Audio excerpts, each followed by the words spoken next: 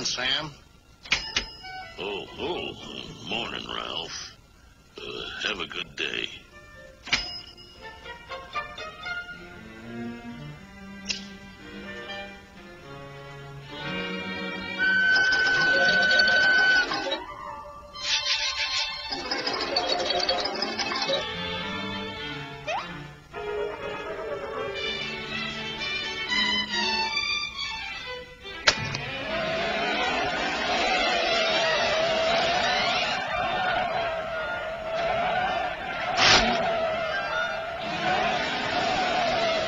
I don't want to.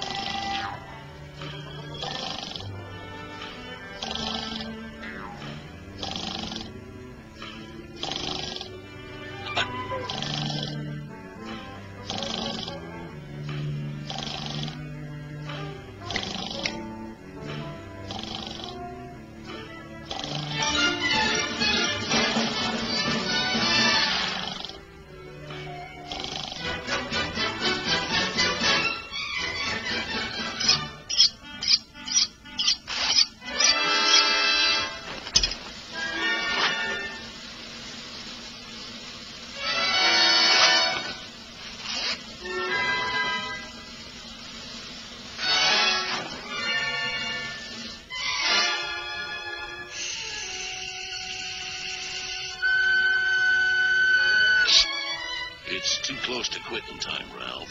Let's pick it up there in the morning. Okay, Sam. Good night. Good night, Ralph. Pleasant dreams. Yeah, let's hear it for Sam and Ralph. There is a difference between heat of battle and civility.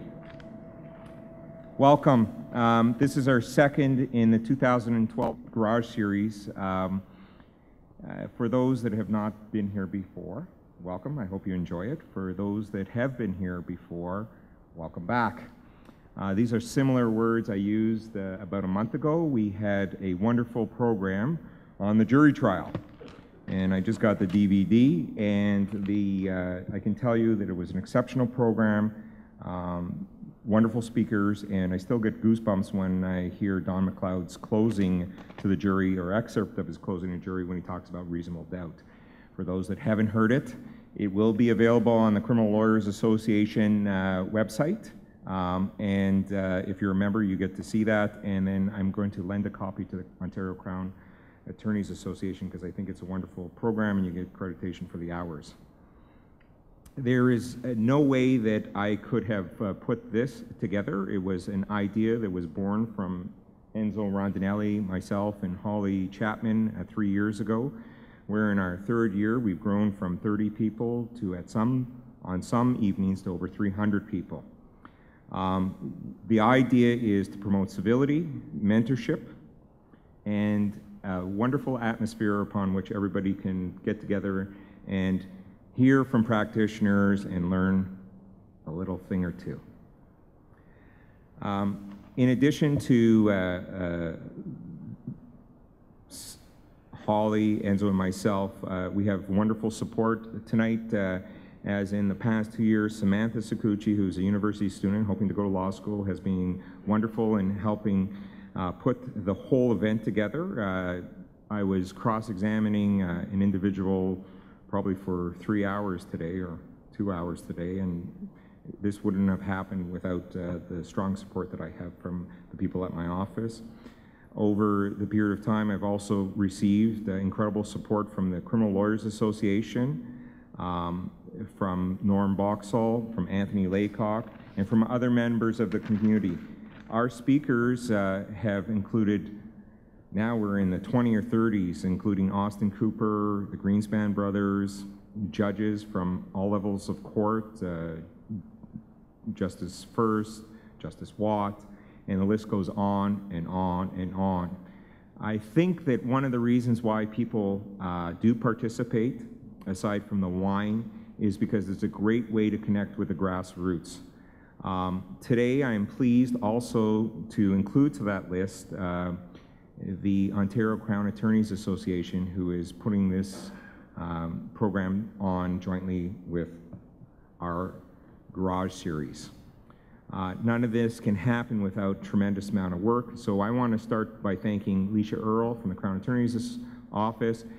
There was a quick email a year ago where we exchanged emails about trying to get accreditation for our own independent programs and how we were being successful or not successful, and this has grown into being able to put this program together jointly, and we're hoping that at least once a year we'll be able to come together in the future and continue with this wonderful idea of having joint participation. The Garage Series is open to all lawyers. That includes criminal lawyers and Crown attorneys, and it's also open to all judges. And if you can, help out by spreading the word. The Crown Attorneys Association really has done most of the heavy lifting, and I appreciate that. So thank you, Leisha Earle. Thank you, Vince Perry. Thank you, Mary Lou Armour. Thank you, Robin Flummerfeld, Karen Shea, and also for all the speakers who are in attendance tonight. I do appreciate all your time and effort and those phone calls with your particular panels and putting together a wonderful program that I know that everybody will enjoy. So thank you, Marianne Alves, Betty Vavugis, Mr. Justice John McMahon, Bill Trudell, Dave Boulay, and Mr. Justice Michael Code. I've been asked by a number of people, hey, how can I help? Well, the first thing you can do is, if you haven't registered, because we can get audited, and I want to make sure that I do have attendance, ensure that you register outside. And so here's the little perk to ensure that if you haven't registered, you do register. The people at Imperial Robes who have been kind enough over the last 3 years to help support us in our attendance and rewarding those that come have donated again a wonderful pair of cufflinks, and we can either give them out jointly. One says guilty, one says not guilty, or I can give the guilty to the Crown and not guilty to the defense. Also, tonight, some lucky participant is going to walk away with an iPad 3. So if you haven't registered, please ensure you register. We will do a random draw at the end of the night. And let me make it clear for Mr. Fox, in case he is here or is not here tonight, that no, if your name's pulled and you're not here, you don't get it. But at the end of the night, we'll draw from the iPad. I also want to thank Michael Stein, who graciously has just offered a pair of Blue Jay tickets. And so we're also going to draw for a pair of Blue Jay tickets, and we'll arrange for somebody to attend during the summer at a wonderful game and just before they win the World Series. Tonight's topic truly works around our profession, and what we do for a living as a profession is hard. And in the last week or so, there's been some significant decisions. I'll start with one which I personally believe is important, and then I'll save the next one. But when a big decision comes down, it reminds us that we're all very important players in the criminal justice system. And you may have friends that are working on a very difficult case or a very simple case. But those words of encouragement are tremendous. And so, as an example, I happen to be good friends with a gentleman named Joseph DeLuca, who had a lot of press recently on an acquittal. So the funny part of the newspaper report was there was a little picture of him and his client, or there was a picture of him and his client exiting the courtroom and exiting the doors at 361 University. So to support such a good victory for him, I thought I'd get him a nice little gag gift. And if you can see on the lower picture, when you crop it, it seems as if anarchy does continue to prevail. In addition, I did something that I don't think I've done in the past, but I followed in the newspaper the Rafferty case, and I could only see someone who I know as a friend on TV, Mr. Derstine, on a few occasions. In each occasion, he looked a little different. He represented the defense wonderfully. Thank you. Not only did he represent his client with the full vigor that is required, but he played an important role for our profession. The decision was made in the courtroom, although there was a number of newspaper accounts and television media accounts that were driven by people speaking and commenting on the evidence outside the court. He played an important role not only in bringing justice to his client, but also to ensure that the justice was done inside the courtroom, not outside the courtroom. When you go through a long trial, whether you're on the defense side or the Crown side, it's important that friends and members of the community pick up the phone, see how they are, and tell them what a wonderful job they've done. And if I can help encourage people to do that and buy them a beer or get them a glass of wine, then I'd ask you to do that as a favor. That would be a wonderful repayment for what I've done in putting the Garage series together. I'm just going to ask Enzo Rondinelli to speak to you quickly, because there are two projects that we're working on this year that we're very excited about, and we're looking for participation. So I'll hand it over to Enzo. Thanks, Paul. No. I have to speak quickly. You take forever, I get to speak quickly. But as Paul mentioned, we do have, well, he mentioned it at our last Garage series here. We're looking to put on, sorry, Joe, I just dropped your framed gift. We're looking to do what we're calling Mechanics Boot Camp, to stay with the Garage series theme, at least the play of words, where we're going to have a series of intensive sessions at our offices at downtown Toronto at the Canada Life building. There will be 2 streams. It'll be limited to about 8 to 10 lawyers in their first 5 years of call. We're in the midst of gathering our roster, and the Garage series has gained such momentum. It's actually been pretty easy. You just make a phone call. All these senior litigators that we've contacted so far have been more than happy to assist.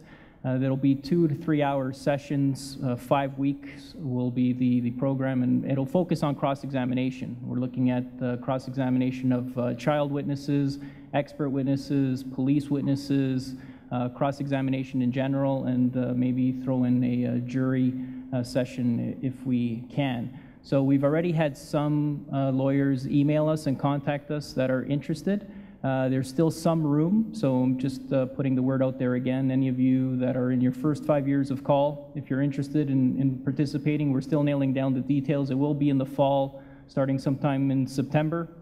And again, it'll be 5 weeks in the evening, so it won't interfere with any court work. And again, we'll have the roster soon. So you can either email Paul or myself if you have our contact information, or just go on the Garage series website and there will be a contact for Paul.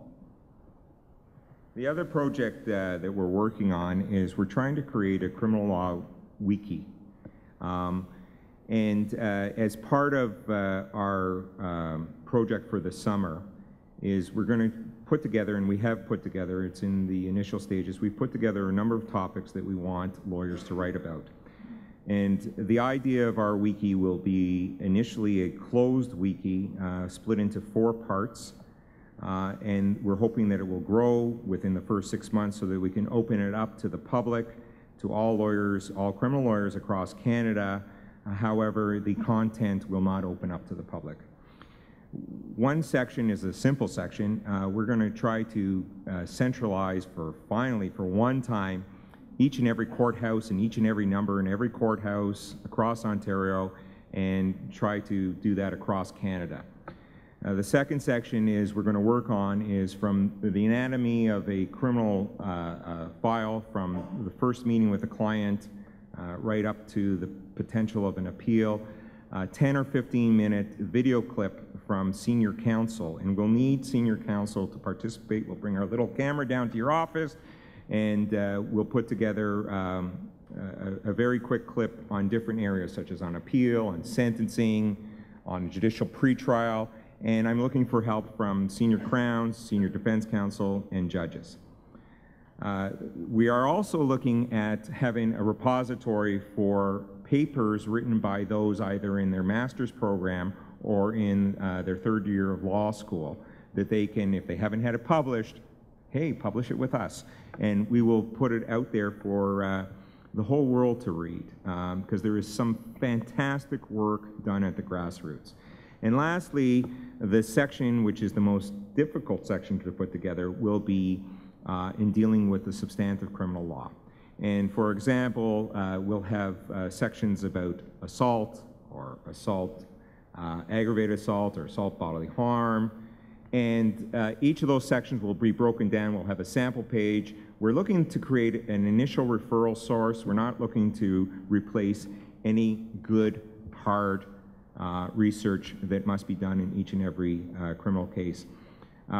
In order to get there, one of the ideas that we've come up with, and we may be coming knocking on your doors, we're looking for people to adopt a page or an area. It might be on assault, or it might be on self-defense, and that you would become the author of that, and we'd obviously display that the individual is the author of that and advertise that you're the author of that. And that you'll adopt the page for 2 to 3 years, and any changes in the law, should they occur, and any changes that come down from the Supreme Court or anything specific from Parliament, you'll adapt the change to the specific wiki page. This way we'll keep the content very high quality, and we'll ensure that if we spread the work out amongst not only profession, but we're going to hit different law schools to see if we can get participations in exchange of some community hours or service hours from students, that we'll be able to amass a wonderful first source type of referral for any type of research that you have in criminal law. So we're quite excited about that. People have asked on numerous occasions, how can I help? That's how you can help. If we can help spread the word, improve the knowledge at the bar, improve the ability of the advocacy at the bar, and improve the civility and mentorship, then our objective is satisfied. So thank you. I would like to introduce our first panel. Each panel that we've had over the 3 years has been quite unique. And what each panel brings forward is a wonderful sense of collegiality and a wonderful ability to communicate the topic that they're going to speak about. Negotiations 101 sounds quite simple, but it's not. And as you, I'm sure, know, that the most important part of our role occurs at the front end. And if you can remove your client from jeopardy or minimize the jeopardy at the front end, then you've succeeded.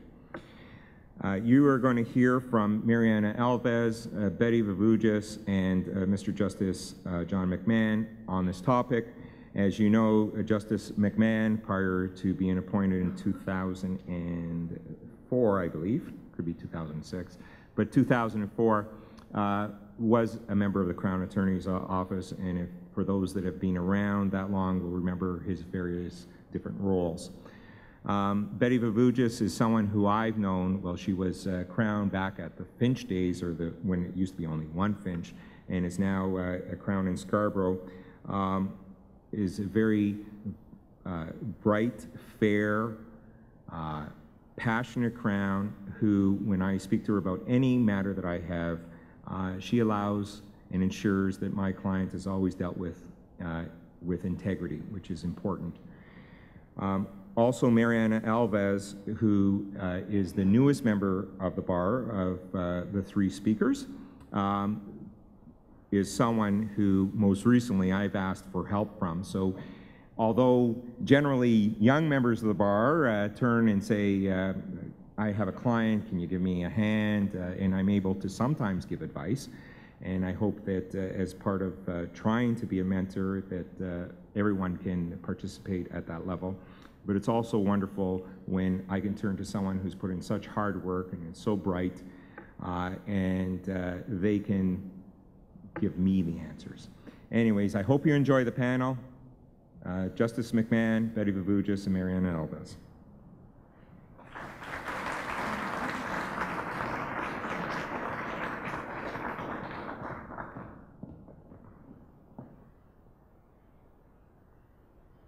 Well, before we start chatting about plea negotiations, I just want to thank Paul for this opportunity. And I think the one thing all of us share here tonight, and what's so great about these programs, is we all got a love for criminal law. We love the dynamite excitement of the courtroom, the cross-examination, the closing to the jury. At the end of the day, the biggest thing is we all have different jobs, but each job is equally important, and we respect each other for doing it. And the collegiality is so important, whether you're Crown or defense, there's not us and them. And the same with the judiciary, although there are times, and obviously the nature of the independence, we can't be as close, but we share that. And today, when we talk about plea negotiations, I'm always reminded of, there's a country and western song by a guy called Kenny Rogers, and that probably predates most of you. Kenny has a song called The Gambler, and he's on a railway train, and he needs a drink, and there's a young lad there with a bottle, and he says, I'll give you some advice on playing cards for a sip of your whiskey. And his advice was as follows when you play cards. He says, you got to know when to hold them, you got to know when to fold them, you got to know when to walk away and when to run. And lastly, you don't count your money while you're still sitting at the table. You wait for the dealing to be done. And in a lot of ways, that's plea negotiations 101. You got to know your case, you got to know when to hold them, you got to know when to fold them, and you got to leave the other guy with his dignity. You don't start counting your money at the table.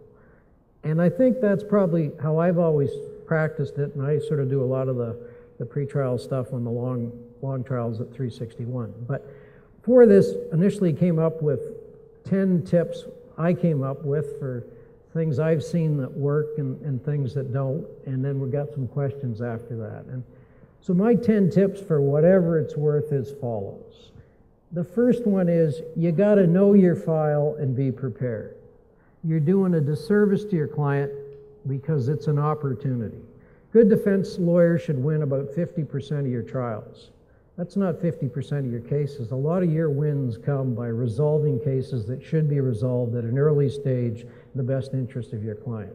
And if you're not prepared and you blow into the pretrial with the judge, and it might be your last opportunity in relation to it, you're giving something up. And the same with the Crown. Be prepared, know your file. Number two is you got to know the judge. Don't let the judge intimidate you or the other side, especially as young lawyers. It can be very intimidating when you have a senior member of the bar where the judge starts talking to the other guy like they're best buddies, which is something I never do if there's that power imbalance. But don't be intimidated, be prepared, and get the book on the judge the same way you do of whether you're going to re-elect Judge Alone and vice versa. The third thing is, don't only identify the strengths of your case, but look at identify the strengths and weaknesses of the other side. Put yourself in their shoes before you go to the negotiations. So you know exactly what cards they hold, because especially the defense, you've got, when you're playing, you've got the Crown's cards, right? Unlike Kenny Rogers, you got them to look at. And if they're holding 4 aces, you got to know that. And that takes me to the fourth point. You got to be a realist. Nothing's worse than a Crown attorney coming in, he says he's got the synopsis about how this lady was hacked to death. The practical reality at the preliminary hearing, her witnesses absolutely are incredible. The case is exceptionally weak. You've got to be able to understand and be a realist. And it's the same with the defense.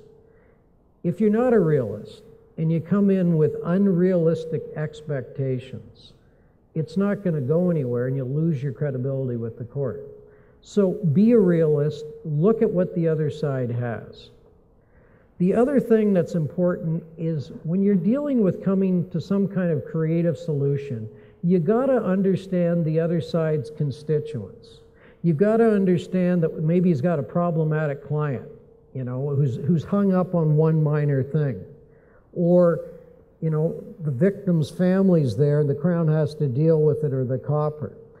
You look at creative solutions, and not that the constituents should be running the show, but look at the other guy's situation to see how can you come up with a creative solution that's going to close the deal. The other little trick I've seen good counsel use from the defense is, there's different ways. You can either get the judge on side. Your first crack at it is the Crown. You can get them on a pretrial. Second crack at it is the judge. The OIC of a case. A lot of times I've seen good counsel get the OIC on board when you can't get the Crown on board. And then that's where it goes. So within the realm, use the opportunities, because a lot of times that's in the best interest of your client. The other thing that is the number one rule is you get a lot more flies with honey than you do vinegar. Civility, respect, and courtesy and building your reputation are everything.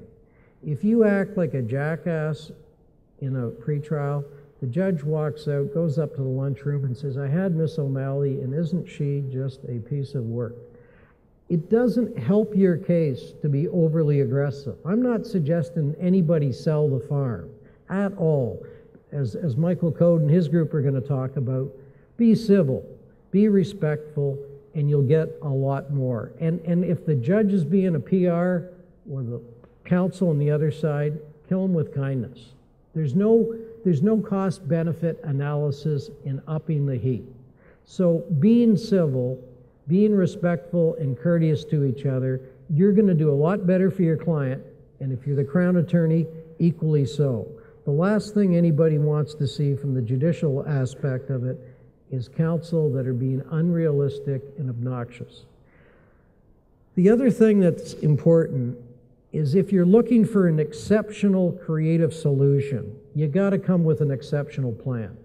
If this is a conditional sentence that seems way out there, don't come and say, well, the guy's going to get, he's going to get treatment, and he's going to sign up, and he's going to do X. If you come with a battle plan together with, he's in this program here, here's the letter, here's where he's going for the therapy, he's completed his anger management course ahead of time. Whatever it is, if you want an exceptional solution, don't talk about mañana, tomorrow. Have the plan in place to sell it at the time and sell it to the Crown or sell it to the judge. But there are times I'm turned around completely with a well-prepared plan as opposed to it'll happen. The other thing that's important is concede the obvious and be reasonable. If they've got your guy on video 3 ways to Sunday, it's not going to do you much good to challenge something if you have no ability to do so. So concede the obvious and be reasonable. The last one I have for the Crowns is look at what you think you can actually prove and what's in the interest of justice. So many Crowns got tied up on, here's what the synopsis says, or here's what the victims want. you are the Minister of Justice. Have the courage to do the right thing. You know, I've had guys that on a 3-month murder or 3-month trial are 60 days apart on a 4-year sentence. And you're saying, well, we're going to trial. Like, it just makes no sense. So from the Crown's perspective, have the courage to exercise your discretion. Those are my 10 tips. Now, Betty, you've got some ADR training, and they'll probably tell you how to do it properly now that I buggered it all up. But what would you add to that? Actually, you could probably teach a lot of the course. So I won't use a lot of the ADR terminology because it'll just get some people glazed over, but as applied to criminal law, these are the tips that I've sort of distilled. The single most important skill that I think we have to learn to apply as people who are otherwise trained as litigators is to listen carefully. Like, it's very difficult for litigators to do this, but it may be the most important skill that we have to learn. And by listen, I mean really listen, not just sitting across the table, letting someone speak and having this internal voice saying, oh, when is this person going to stop talking so I can tell them what I think about this case, what I think it's worth. Because if you do that, it's not the other person who's going to lose, it's you, because you're going to miss some very valuable information that will help you guide your negotiations and know in which direction to move. And it's not just listening verbally, it's also watching for little cues like body language. If you're saying something that's having an impact, this may include a judge, it may be just with you one-on-one with counsel. And the sort of things that you are listening for, sometimes people assume that it's, you know, the Crown only wants jail, defense wants to get the client off. That is not necessarily the interests that are at stake. And if you don't listen carefully, you might miss it. It might just be a term of probation, for example, that is separating the parties. The next point I would make is to keep an open mind. And this again relates to listening carefully, because if you're not listening carefully, you're not going to keep an open mind. If the proposal suggested seems at first instance outrageous to you, don't just, you know, human tendency is to just shut down and think this person's an idiot, I'm not listening anymore. Ask the other person to help you get there. What I find sometimes is kind of effective is to say, okay, counsel, help me out. So if I join you on this, throw it back on them, can you tell me exactly what we're going to tell His Honor and the court to go along with this joint submission? That accomplishes two things. You're now still keeping an open mind, putting aside your initial thought, and letting this person try to win you over, and you're putting the onus back on that other lawyer to explain it out loud, and they may come to the conclusion that perhaps this was not such a great proposal to begin with. The third point is to adapt to your audience. Different people approach pretrials in different ways, with different styles, with different agendas, different point of views, and that's both culturally and legally. And the cultural piece is something that we often miss. If you're listening carefully and keeping an open mind, I think you'll be able to have a better chance of adjusting to the other person's style and enhancing effective communication both ways. The lawyers seem to be more motivated to do this when there is a judge in the room, but I think it's just as important to do it when you're one-on-one with counsel. With one proviso though, don't adapt to the style of the overly aggressive lawyer. And then my tip here is don't get baited into unnecessary conflict. If opposing counsel starts getting very antagonistic, don't take the bait. Try to rise above it and de-escalate the conflict. Take the moral high ground. Again, by listening carefully and keeping an open mind, you should try to identify what is motivating this person to be so aggressive. I have often had someone come in and say to me, your victim is completely vengeful and crazy and my client is innocent. That's not really helpful. You know, younger crowns, when you start out, that just kind of gets your back up. But I've learned to sort of let that de-escalate, and you can use certain techniques by saying, for example, pointing out to counsel, I have no vested interest in this victim. And they're point of view. I have a public interest to protect. The only people, the other point that you can make is, really, counsel, the only people who can know what happened is the parties who were involved, and even in that case, it's what they think may have happened. And to point out that we each, and this comes back to the civility piece, we each have a role to play in the system, and that I take the presumption, this is as the Crown, I take the presumption of innocence very seriously and pass no judgment on the client and have to leave that up to the trier of fact. And don't let one point of disagreement derail the entire process. Build on what you've agreed on. And then once you have consensus on a number of points, perhaps come back to that piece that you're not ad idem on. And at that point, it'll be a lot harder for the parties, just by human nature, to just walk away because they've got so far by that point. Another point another tip is to be creative. Think outside the box.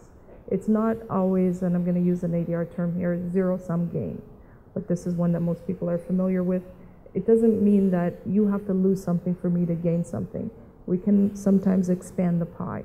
Think of solutions that everybody wins. You know, just on that, I mean, the other guy's got a problem on a point.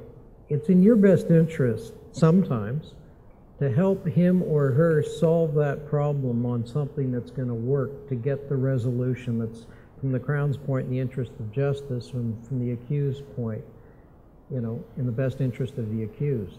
So it's not just his or her problem, it may be your problem to come up with a solution that's going to end up with the right result. Exactly. Exactly. I never knew that was zero-sum game.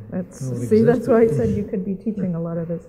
And keep in mind that what helps the Crown can in turn help your client. So come prepared, as Justice McMahon said, come prepared with knowledge about your client, about the case. I personally like to know what led to the client committing the offense and what can be done to minimize the chance that it happens again. Because what the Crown has on their mind is the public interest, protection of the public.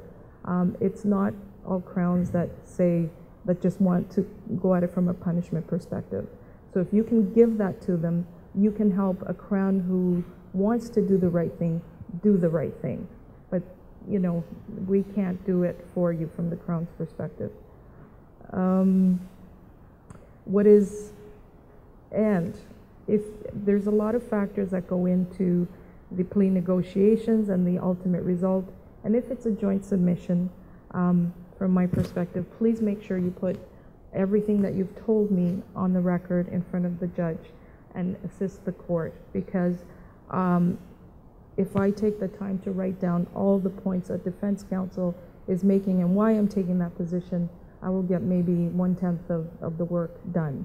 Can I just say, on joint submissions, what's very important about those is no one gets embarrassed. Well, yeah, you don't want the judge to jump it, but no one should be embarrassed. I'm not going to listen to a joint submission in chambers and go in, if it wasn't for the light position of the Crown, I would have given this guy more, or it wasn't for you agreeing, I would have given this guy less. Equally so from the judge's perspective. If this guy's got there's some explanation you give me in chambers that agrees to us doing it, you got to come through for me in court. You don't want the judge holding the bag on something by not, and the only exception to that is when someone has provided information to assist the police that can't go on the record and we do it otherwise. So it's important for the administration of justice that people see and can say this is a fair sentence. So no one should be trying to embarrass the other one at the time of the joint submission. Make sure there's enough there for people to do. Sorry, Betty. Oh, that's fine. That's helpful. And it avoids me getting called into court to justify my position, which is annoying. And annoys my colleagues, puts them in a difficult spot. And finally, I would say it's important to strive for clarity regarding the agreement. In civil context, there's minutes of settlement. We don't have that. So we have to try to be very clear about, without being contentious about it, about what the agreement is. For example, some of the misunderstandings that often arise that just show up in court or whether the joint position is open in its entirety or a joint position. What facts are to be read in and what use is to be made of these facts. Are they aggravating factors that the court is to take into account, even though they are not the counts that the accused is pleading guilty to? Is there a time limit for the agreement? Is there an 11B waiver contemplated if it's going to be an ultimate informal diversion or withdrawal? And that's pretty much it. Okay, so Mariana, some of the other tips from general ones, but just specifically from the defense that haven't been covered and stuff I've mentioned, or Betty? I think one of the things as a defense lawyer that you have in terms of negotiations, one of the most powerful things that you have is your credibility. So when you walk into a negotiation, the credibility that you have with the judge or with the Crown Attorney and the reputation that you have is your power oftentimes. Sometimes, frankly, we walk in and based on the case, we don't really have much else. But one of the things that His Honor said, that his first point actually was to know your file and be prepared. I have recently had a senior lawyer say to me that he went from being a trial lawyer to a pretrial lawyer because of all of the rules that are now instituted and all of the things that you need to do in order to be able to set a date. So I think what oftentimes happens is you receive the disclosure and you just want to get through all of the steps so that you can set the date, Crown pretrial, judicial pretrial. Yeah, I reviewed the synopsis, I've seen some of the officer's notes, sure. I've been in pre-trials with co-counsel who have said, even in judicial pre-trials where they've said, oh, I may or may not bring a Dawson or a Garofoli, I haven't decided yet. Well, what do you mean? You should know your case. By the time you get to the judicial pre-trial, there should be a very specific plan set out as to how you're going to conduct your defense. And if the end goal at the end of the day is to plead, then you should know exactly how you want to go about that, what cards you have to play. And if you're not prepared, you're not going to have that. And that ultimately is going to affect your credibility, and it's going to affect your ability to negotiate from there on in. One of the other things I'll add is that I think oftentimes what's overlooked is your ability to negotiate and your power to negotiate when you're setting a trial date, not just with respect to a plea. Admissions and concessions go a long way towards your credibility and your ability to negotiate. Much like His Honor, I'm not saying we should give away the farm, but things like time, date, jurisdiction, continuity from the time of seizure, those kinds of things for preliminary hearings will often get a response, because it means that your prelim, particularly in a big case or a multi-project prosecution, can go from being, your part of the prelim can go from being a week to 4 weeks if you have to call every single officer who dealt with the drugs or the gun or whatever it is that it was. And I recently had a case where the Crown was offering to call the sub-affiants and affiants on a search warrant if you conceded committal. And if ultimately committal is going to be made out anyway, it's going to save you, doing the Dawson application and having to go through that whole process. It's going to save court time. These are all things that can be negotiated, and the negotiation continues along that path. It's not just for pleas. And those things add to your credibility. If you can walk into a pretrial and say, look, here's what I'm prepared to concede. Here's, potentially what I'd like in return. Can you possibly call this witness for the preliminary hearing, and I'd like to hear from them? Or it works, and it works both ways. And most Crowns I've found are very receptive to that. Mariana's point is that you can negotiate a lot at these pretrials, whether it's with the Crown or the defense together or with the judge. It's not just about resolution, but it's an opportunity that many lawyers drop the ball and don't take advantage of. And you're not serving your client, and you're not serving Her Majesty. The one other thing that I'll say too is as defense counsel, oftentimes you don't have an opportunity to choose who you're going to have your Crown pretrial with. It's either the duty crime who's in court that day or whoever's in the cave, or if for whatever reason you conduct a pretrial and you think that another one might be fruitful after a Crown gets assigned, discuss it with the Crown who's actually going to be doing the case, because sometimes that opinion changes. I mean, I'm sure there's many people in this room who have conducted a Crown pretrial, kind of taken a position on a case that it wasn't the best in terms of the Crown's strength of the case, and then got into trial, and the trial Crown said, I'm withdrawing this, it can't be proven, I can't do it. And it's a colossal waste of court time. If a Crown gets assigned after you've already done a Crown pretrial and a judicial pretrial, call them up, say, can I have 5 minutes of your time? Can I have 10 minutes of your time? Let's talk about this case. Here's what I think. What do you think? It's never a waste of time. You know, ultimately, they might just take the same position as their colleague, but what have you got to lose, right? I think that's very helpful. Okay, so let's just look at some practical problems people come up with on these pretrials. So, Betty, you're the Crown, and you've got a high-maintenance victim, and I know a copper in charge of your case who says, we're not taking a plea anything other than all the counts in the the information. How do you handle that as the Crown? Well, Because I see Crowns telling me, not very often, but, well, look, you know, my hands are tied, like, you know, the cops want this and the victim wants that. Well, the short answer is my hands are not tied. They're not driving the bus, the Crown is, but they are people too. So again, using the negotiation skills, you're now negotiating with those persons. You have to, well, assuming you first have to make sure you're doing the right thing. You have a basis in law and a practical reason for making that decision. If you think it might explode, maybe a good idea to run it by your Crown manager, get them on side, and then sit down. I would sit down first with the officer in charge and explain exactly what I'm doing and why I'm doing it. And I do find that most of the time they will come around. Once you have them on the same page, then it's time to bring in the victim. It may be a good idea to bring in victim witness.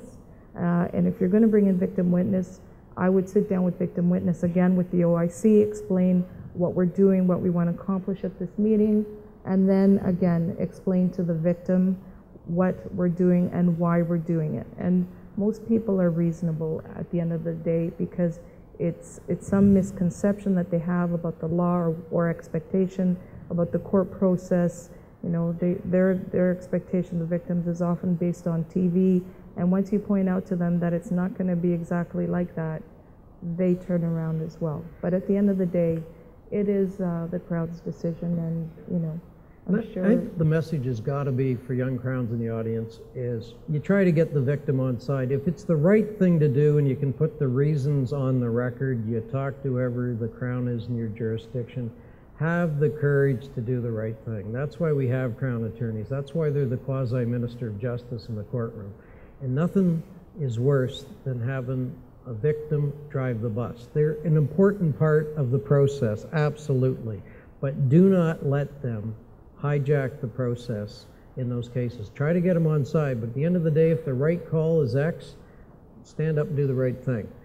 On the other side of it, Mariana, you get your client and he's just loaded for bear. His instructions to you are, you know, the cop's an asshole, I don't like the Crown, I'm instructing you to fight everything. Like, don't concede nothing. So you come into a pretrial with me, and I'm asking you about being reasonable. How do you handle a client that tells you that? Is that what you got to do, follow instructions? Fighting everything is oftentimes a dumb strategy. I mean, I think that at the end of the day, my position on this is, you know, the client usually has 3 decisions to make. Whether he's going to testify based on my advice, whether he's going to plead guilty based on my advice, and a little less so whether it's going to be a jury or a judge. The rest is up to me. You hired me to be your lawyer, you hired me to run your legal defense.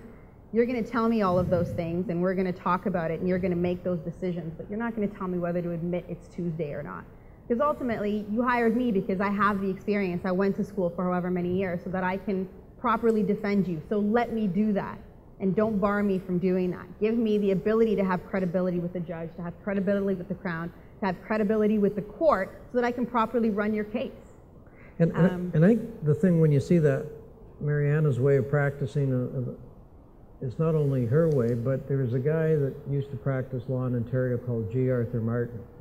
I think we all know who G. Arthur Martin is, or David Humphrey, who will tell you there's 3 calls that are made exactly what Mariana says. And you know, you've got to have the courage to do what's in your client's best interest, even if that's not where they want to go. And as a young lawyer, the last thing you want to do is lose the file, right? I mean, you don't want to be in a position you're trying to pay the rent and stuff. But if you get known as someone who's dictated by the client, you're not doing them their job.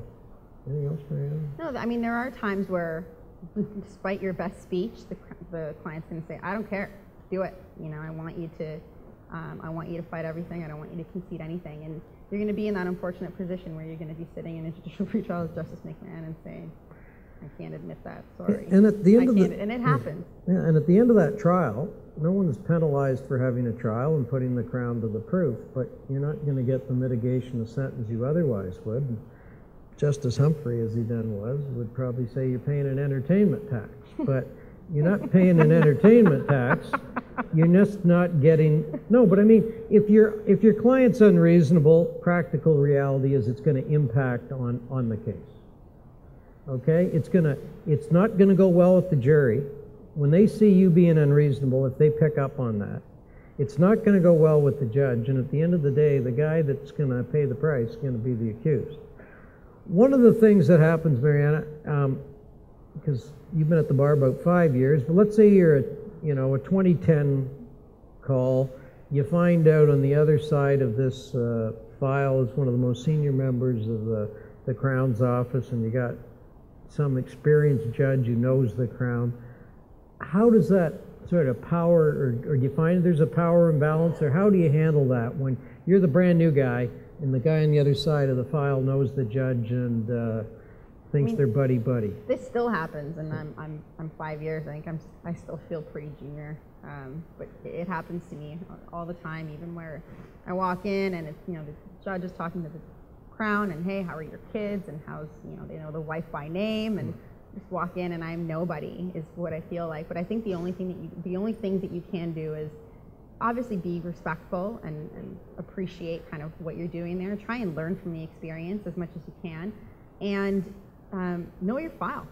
Know your file and walk in with confidence. Don't be intimidated because you're haven't been practicing as long. If you know your case and you know the law behind your case and you know what you're supposed to be doing, you know your end game, you have instructions from your client, you're ready to go, you're going to walk in at the same level for the purposes of the judicial pretrial. Maybe not at the same level of experience, but you're all there on a you have to look at it as kind of a fair playing field.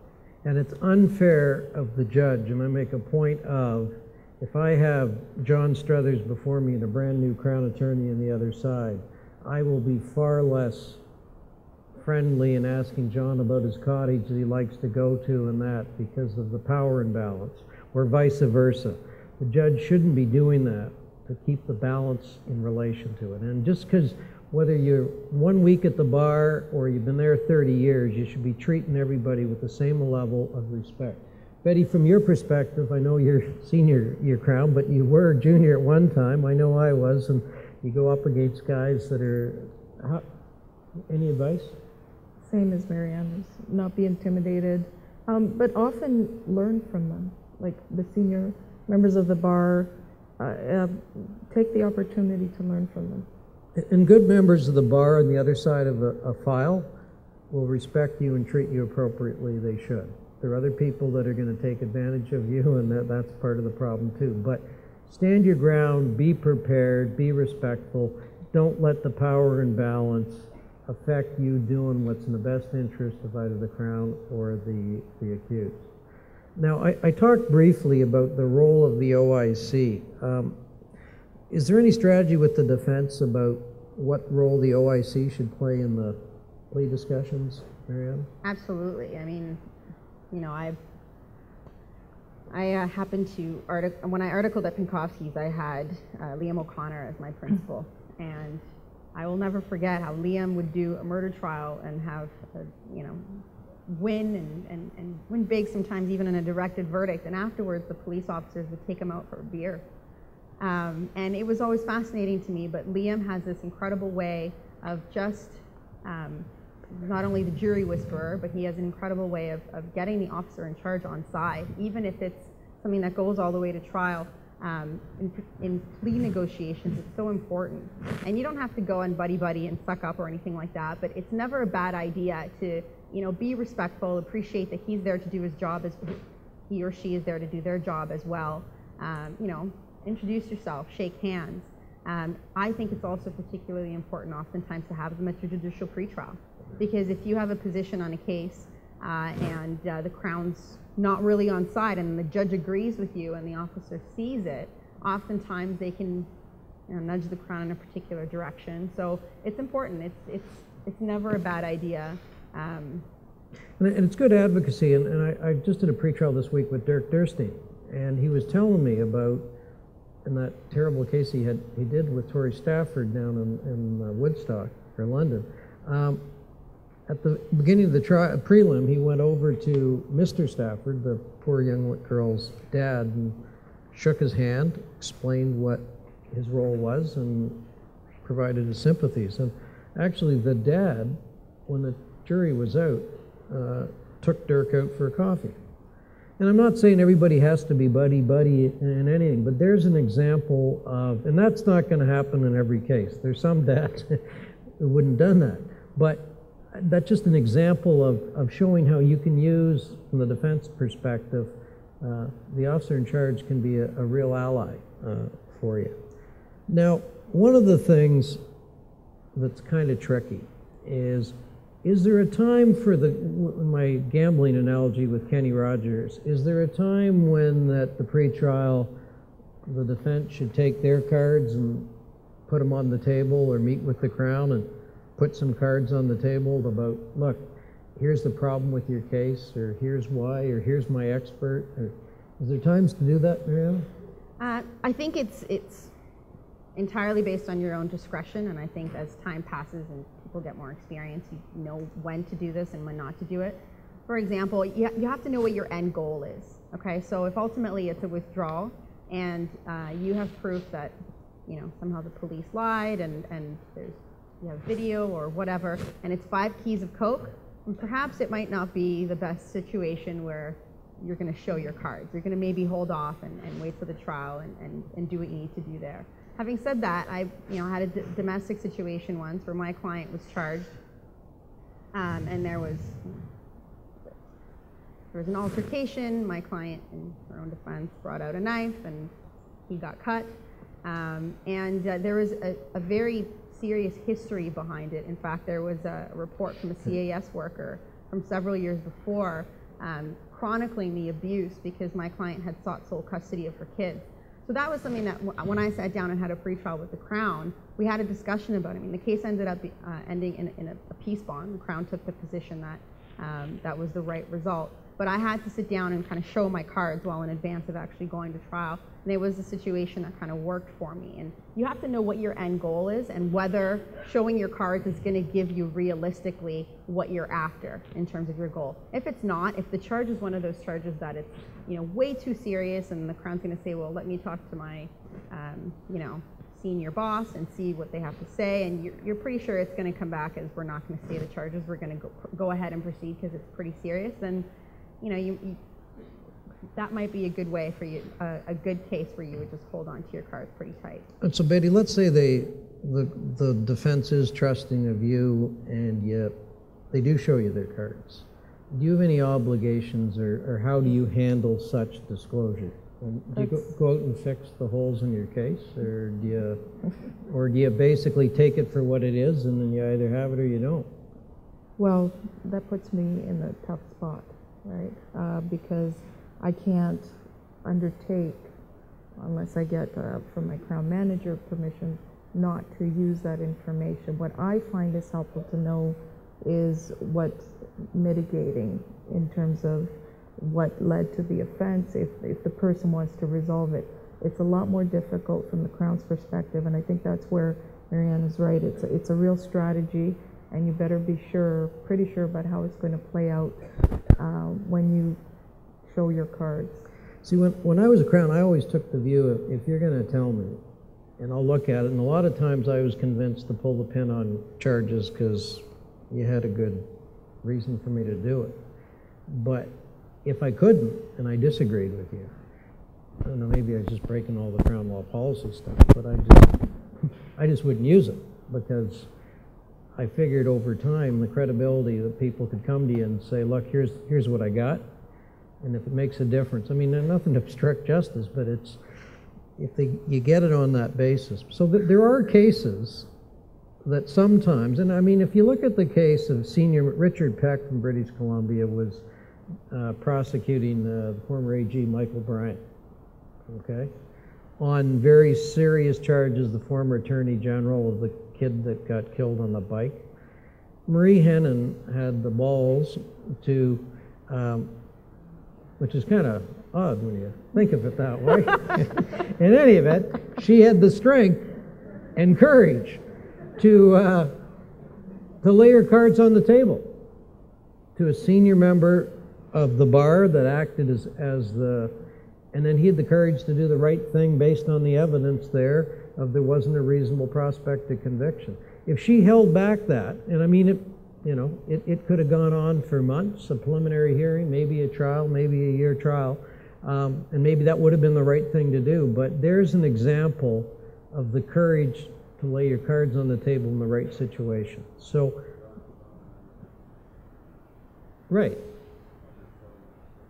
Yeah, and I mean, a lot of times that happens, and Richard Peck is a guy who wouldn't do that. Like, if you're going to tell me that, and it's on that purpose, so they're not going to turn around and slam it. So look at that. If you have an issue, talk to other senior counsel. Geez, I'm thinking of doing this. What do you think? It's important. Now, the other thing I want to ask you guys is, as a judge, do you find it helpful when I give you an opinion of two things? One, of the likelihood of success of your motions, whether they be the defense or the Crown's similar fact, or the search warrant voir dire, or the charter voir dire. Do you find that helpful in a pretrial? And secondly, is vis-a-vis sentence. Do you like the judge to come out and tell you what they want? Betty? It depends. I like the sentence, the judge giving a sense on sentence, in particular when we're going in joint.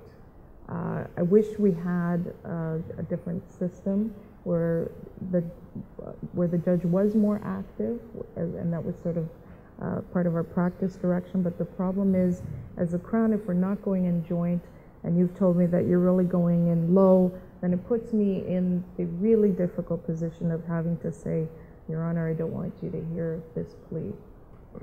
So I really like it when it's a joint position, which often it is. And in my cases, when we go in to see a judge about a resolution, we are often running it past them because we don't want them to be surprised, and to assist the defense who want some sort of comfort to give their client.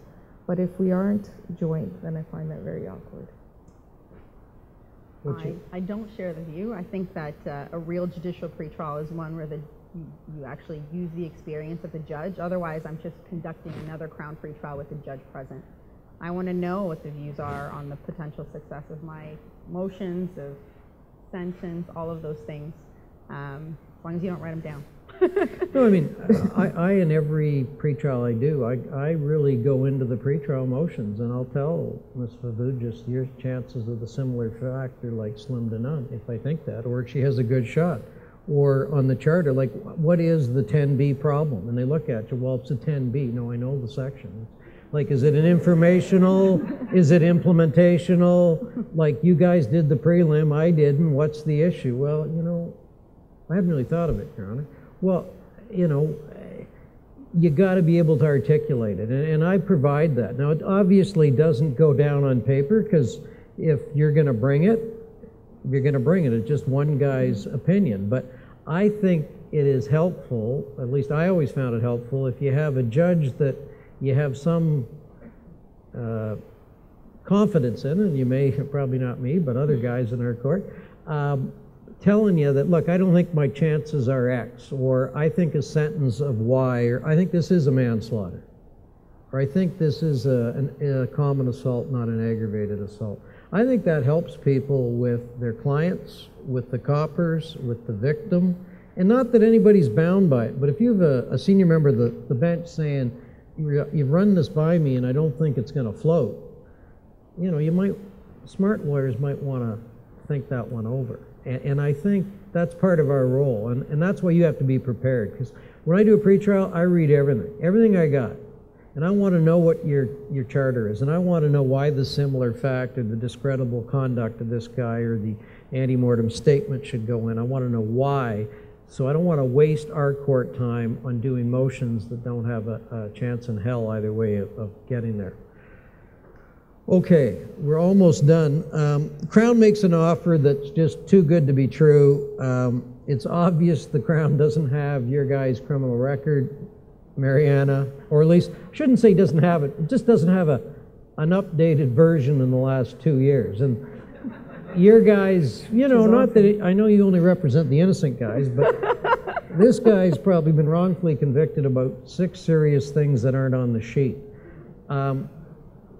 You hear the offer at the pre-trial, what do you do?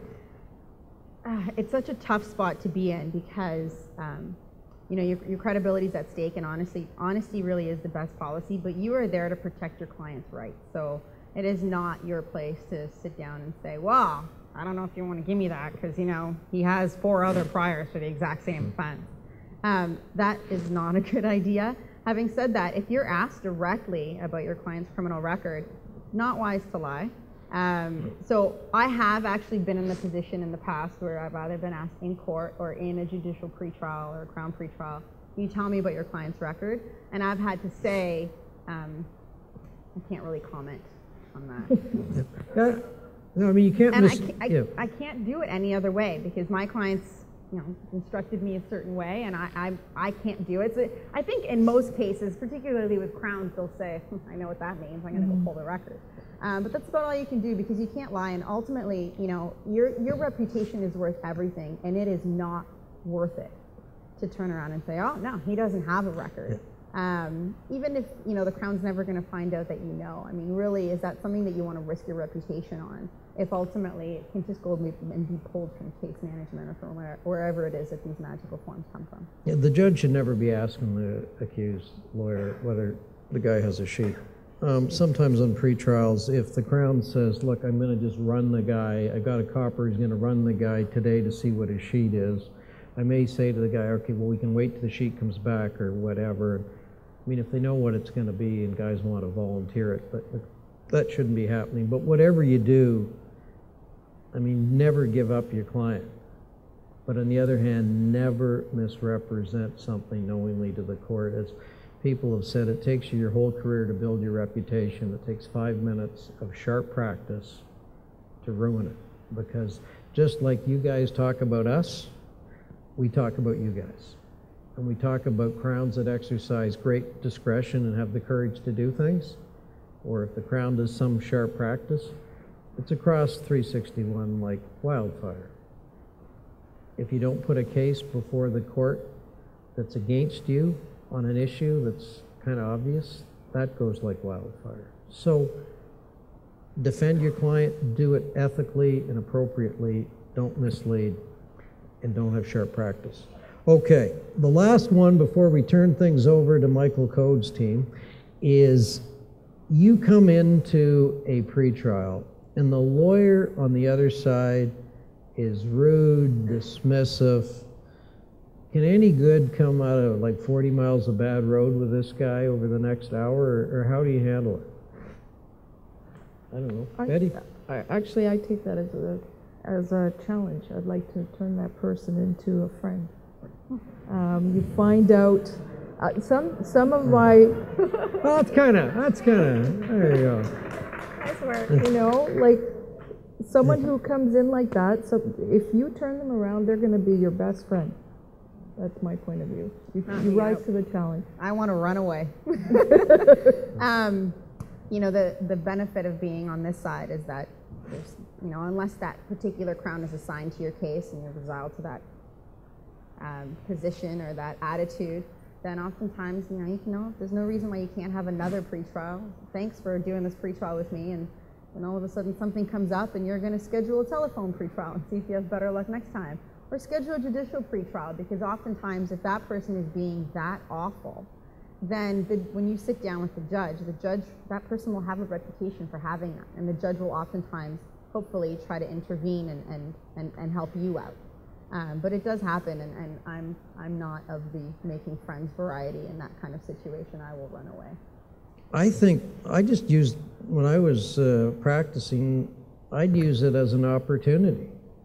whether with the judge or on a jury trial with the jury, to be courteous, respectful, careful. And if I'm the judge and Mariana comes in being courteous, respectful, whatever, and not that she would, but Betty comes in just like, you know, obnoxious person, that's going to play into the final numbers. I mean, it's going to be a factor. So if somebody on the other side of a file, and it doesn't have to be just a pretrial, it can be on your, in court, juries pick up on everything. And if you're unrealistic and you're unreasonable and you're obnoxious, it's not going to play. And the best way to deal with that person is to be the opposite. And now you don't have to give them the group hug. I agree with that. I mean, Betty, I love that. I mean, if you could just turn every week, you get you to solve the Middle East. I like that. But I'm more mercenary. I just want to use it to my advantage. And you can. So good practice always will be the benefit to you at the end of the day. So I think we've gone on long enough. I want to thank Mariana and Betty for doing this. Guys, it's been absolutely wonderful spending some time with you, and we look forward to the next one.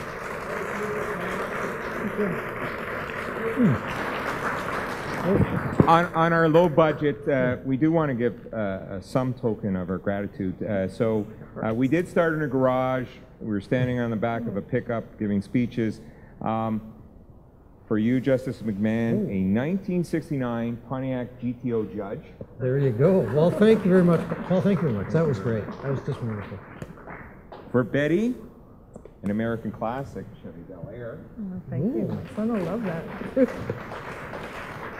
And for Mariana to whip away from those that are not being nice at pre-trials is a Corvette Stingray. Thank you very much. In putting on the Garage Series, one of the goals is to create mentorship. When we first started, we broke it down into 4 separate dates. On the last date, we had the top 10 cases of 2010, but also we had a topic, women at law. And 3 courageous people, young members of the bar, came forward and tried to share with the audience and share with the people that attend the Garage Series what it meant to be a woman at the bar. And one of the things they indicated was that there was this gap that existed where because of the structure and notwithstanding what the Law Society was trying to help to do in allowing female members of the bar to continue and practice on their own, a lot of talent was being wooed over to the Crown side. And one of the things that they pointed out was that there was a gap, and a gap in those that they looked upon as mentors. Well, I can tell you that what I've seen in the last 2.5 years is that these young, courageous women at the bar and others who are amongst their colleagues are really taking up the cause, and they're really becoming mentors to other young lawyers. And it's important. You saw from the last panel, Betty is a mentor to the Crowns, Mariana is becoming a mentor to the defense side. And again, I want to introduce to you Lorianne Thomas, who has also assisted us throughout the last couple of years with the Garage Series, from speaking to email blasting others to attend, but also to help putting this all together. And so I would like to introduce Lorianne Thomas, who is going to introduce our panel today.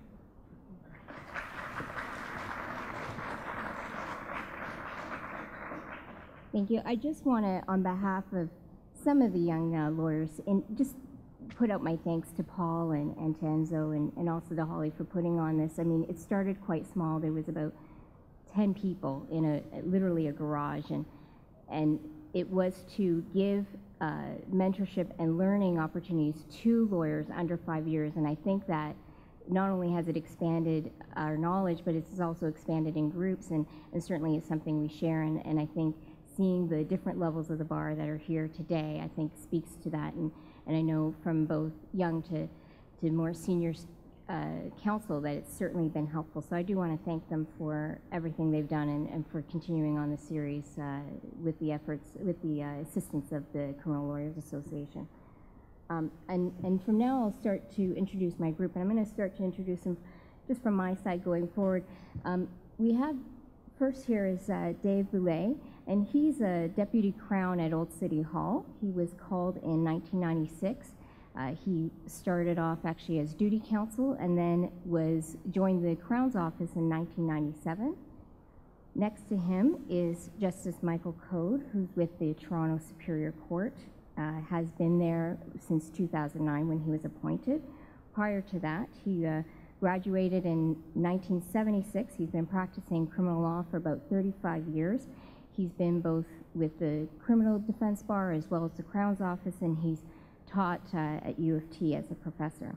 And then finally, Bill Trudell, who's with Simcoe Chambers, and he's, right now his practice is about 85% with the Law Society Discipline defense, but prior to that he's also done, and in addition to what he's doing now, he does criminal defense, and he was called in 73, so we certainly have well-learned people to teach us about ethics and civility in the criminal defense and for the Crowns. Thank you.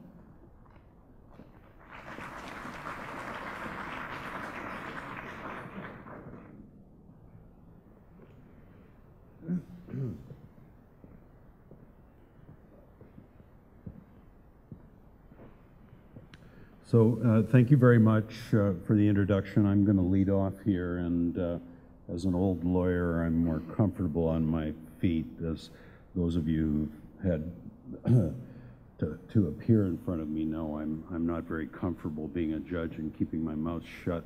I'd much rather be up here arguing a case, so that's what I'm going to do tonight. I've got a point I want to make, and I can make it better on my feet than I can sitting in those big cushy chairs that John McMahon likes. Could I first of all thank the organizers of this event for having the brilliant simplicity of getting the Crown and the defense to come to educational programs together. When former Chief Justice Lesage and I did our study of the problems associated with long, complex trials in this province, we were dismayed at what we saw as a culture of divisiveness within the bar, where the Crown and the defense didn't talk to each other and were suspicious of each other and even fundamentally disliked each other. And in one of our recommendations, recommendation 37, we said that the OCA and the CLA should develop joint education programs in order to revive the traditions of collegiality and respect between the Crown and defense bars. And so events like this in my submission go a very long way towards reviving those very important traditions at the bar of respect for each other and communication with each other and joint membership in a noble and learned profession. Could I also say, by way of introduction, how wonderful it is to see the veterans of the bar out here together with the younger members of the bar. I see Paul Copeland and Bobby Kellerman and Howie Morton sitting there in the middle, and I can't believe it that these three are here. They must have 120 years at the bar between the three of them, which is outrageous. And then you just move over a bit, and the cousins and Kafits are there, and so you're right up to 200 years at the bar in that one row. So we are truly honored to have the great veterans of the bar here tonight, and there were many others. I just picked those because they happen to be sitting together like three suspects in a lineup.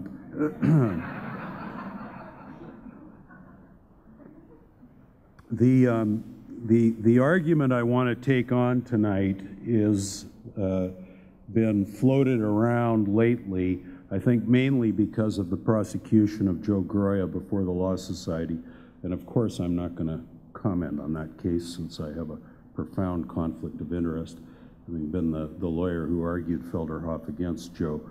But what's come out of the Felderhoff prosecution in some of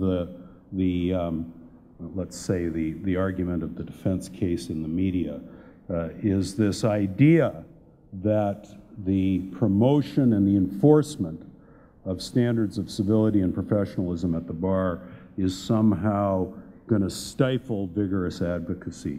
And this idea, which is propagated in this country by Professor Alice Woolley at the University of Calgary Law School, in the United States by Professor Milton Friedman, who is the great U.S. academic on criminal law ethics, is, in my view, fundamentally based on American ideas that have no application in this country, and we should firmly reject them as much as we reject many other aspects of American culture that have absolutely no application in this country.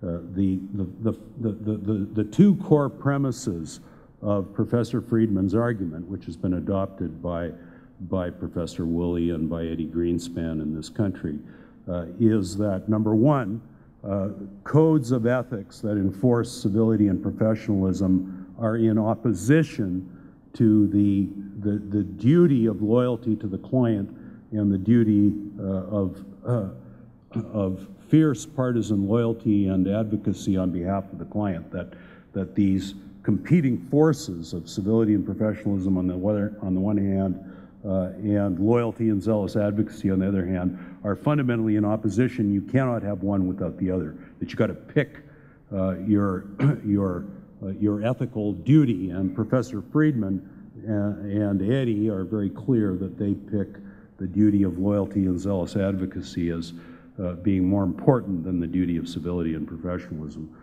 So this idea that we're in a binal world where we can't have both, we can only have one, and you've got to pick the one you choose is the first premise of their argument that this whole civility movement has gone too far.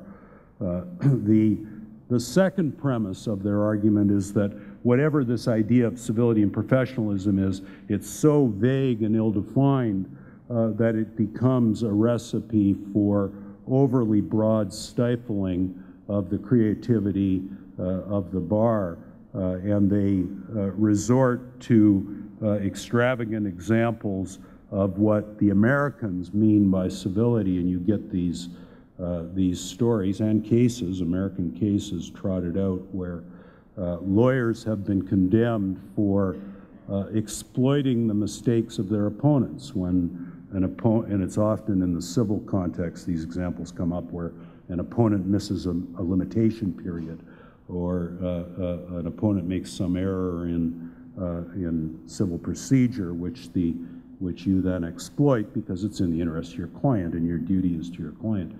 And that is condemned as being unprofessional and uncivil. So this idea of civility and professionalism that some Americans propagate is that it's all about this kind of old boy Bay Street idea that we'll all get together in a club somewhere and sip sherry and we'll solve our cases together like gentlemen used to do in the old days, and there'll be no vigorous advocacy in the courtroom because good old boys who all go to the club and solve things that way don't do things that way, and you should never exploit your opponent's errors.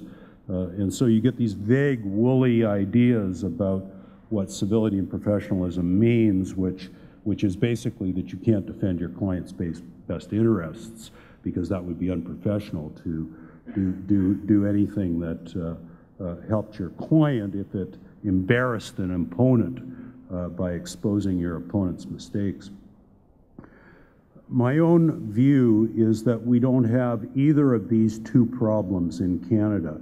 We don't have a woolly, overly broad definition of what we mean by civility and professionalism, and we don't have a problem of civility and professionalism being antithetical to the duty to be a zealous advocate and to pursue your client's best interests at the same time as being civil. In other words, it's not, I think Justice McMahon learned this term zero-sum game, and I as well never understood what that concept was, but I think what I do understand it now. It means you can't both win, or you can't have both. If that's what it means, then I agree this is not a zero-sum game. You can have both civility and professionalism on the one hand, and you can have zealous advocacy in the client's best interests on the other hand. And let me explain to you quickly why I say that is in Canada, that we don't have this American disease that Professor Friedman is so afraid of in his country. And let me illustrate it with 3 points. First of all, the leading authority on the duty of civility in this country, and certainly in this province, is Felderhoff, Joe Garaya's case in the Court of Appeal. And remember, the panel that decided Felderhoff were probably 3 of the strongest advocates we ever had in this province, Jim Carthy, Dave Doherty, and Mark Rosenberg, who were all very, very vigorous advocates when they were at the bar, and nobody would have ever suggested that any one of those 3 would be down at some club sipping sherry with their opponent and trying to save each other from embarrassment by settling the case.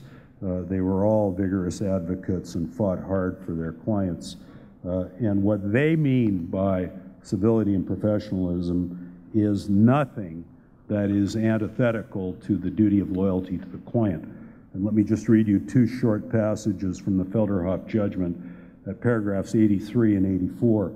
In paragraph 83, the court said, "It is important that everyone, including the courts, encourage civility both inside and outside the courtroom. Professionalism is not inconsistent with vigorous and forceful advocacy on behalf of a client, and is as important in the criminal and quasi-criminal context as in the civil context." That's paragraph 83. And then in paragraph 84, they hammer the point home again. "Nothing said here is inconsistent with or would in any way impede counsel from the fierce and fearless pursuit of a client's interest in a criminal or quasi-criminal case. Zealous advocacy on behalf of a client to advance the client's case and protect that client's rights is a cornerstone of our adversary system."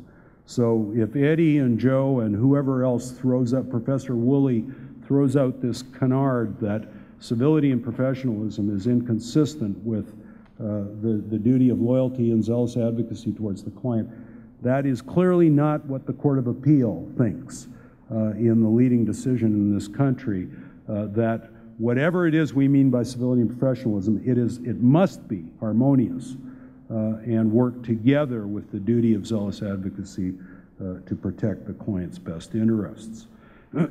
Second, when you turn to the leading text in this country on lawyers' ethics and professional conduct, which is the text that was put together by all the law professors in this country who teach ethics at the law school, and ethics is now a mandatory course at the law schools, unlike in our day when we were never taught any of this.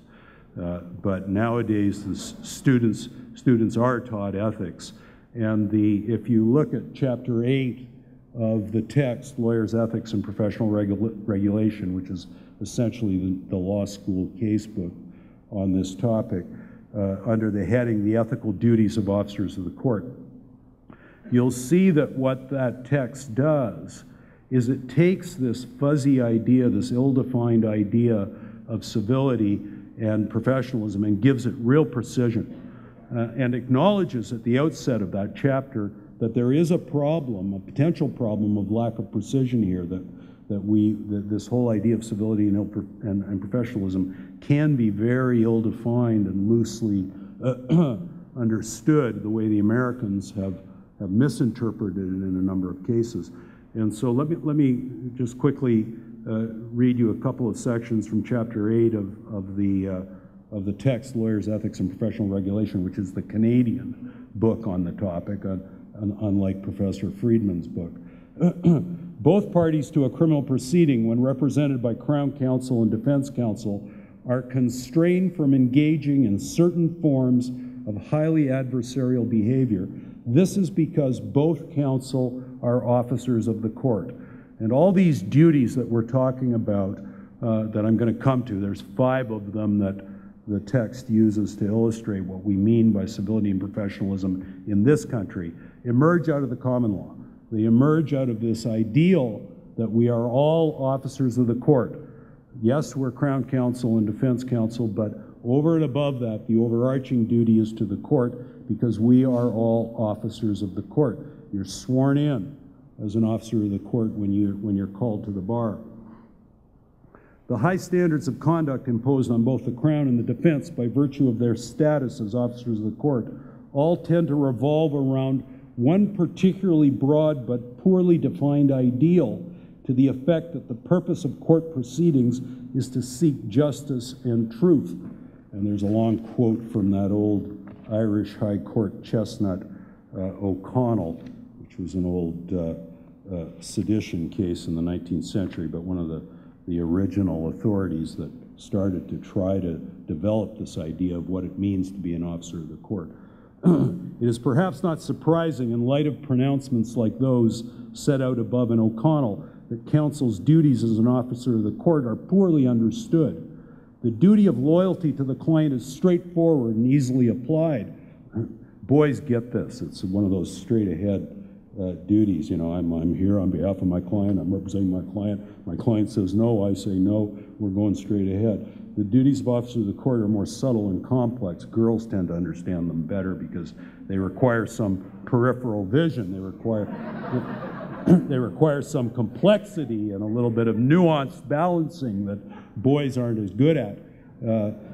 But the straight-ahead duties of loyalty to the client are easily understood and easily applied. But the idea that there is a competing, quote, retainer on behalf of truth and justice sounds so airy-fairy. Nobody could ever get a grip on what it is, so the boys just ignore it and get their elbows up in the corner and behave badly, because who knows what the retainer on behalf of truth and justice means, is so abstract as to offer no real guidance to counsel. However, the case law has elucidated a number of concrete applications of the officer of the court ideal. And then the text proceeds to set out 5 very specific illustrations of what we mean in this country by the common law duties of officers of the court of professionalism and civility. Number 1, citing Rondell and Worsley in the House of Lords, never mislead the court by misstating the facts.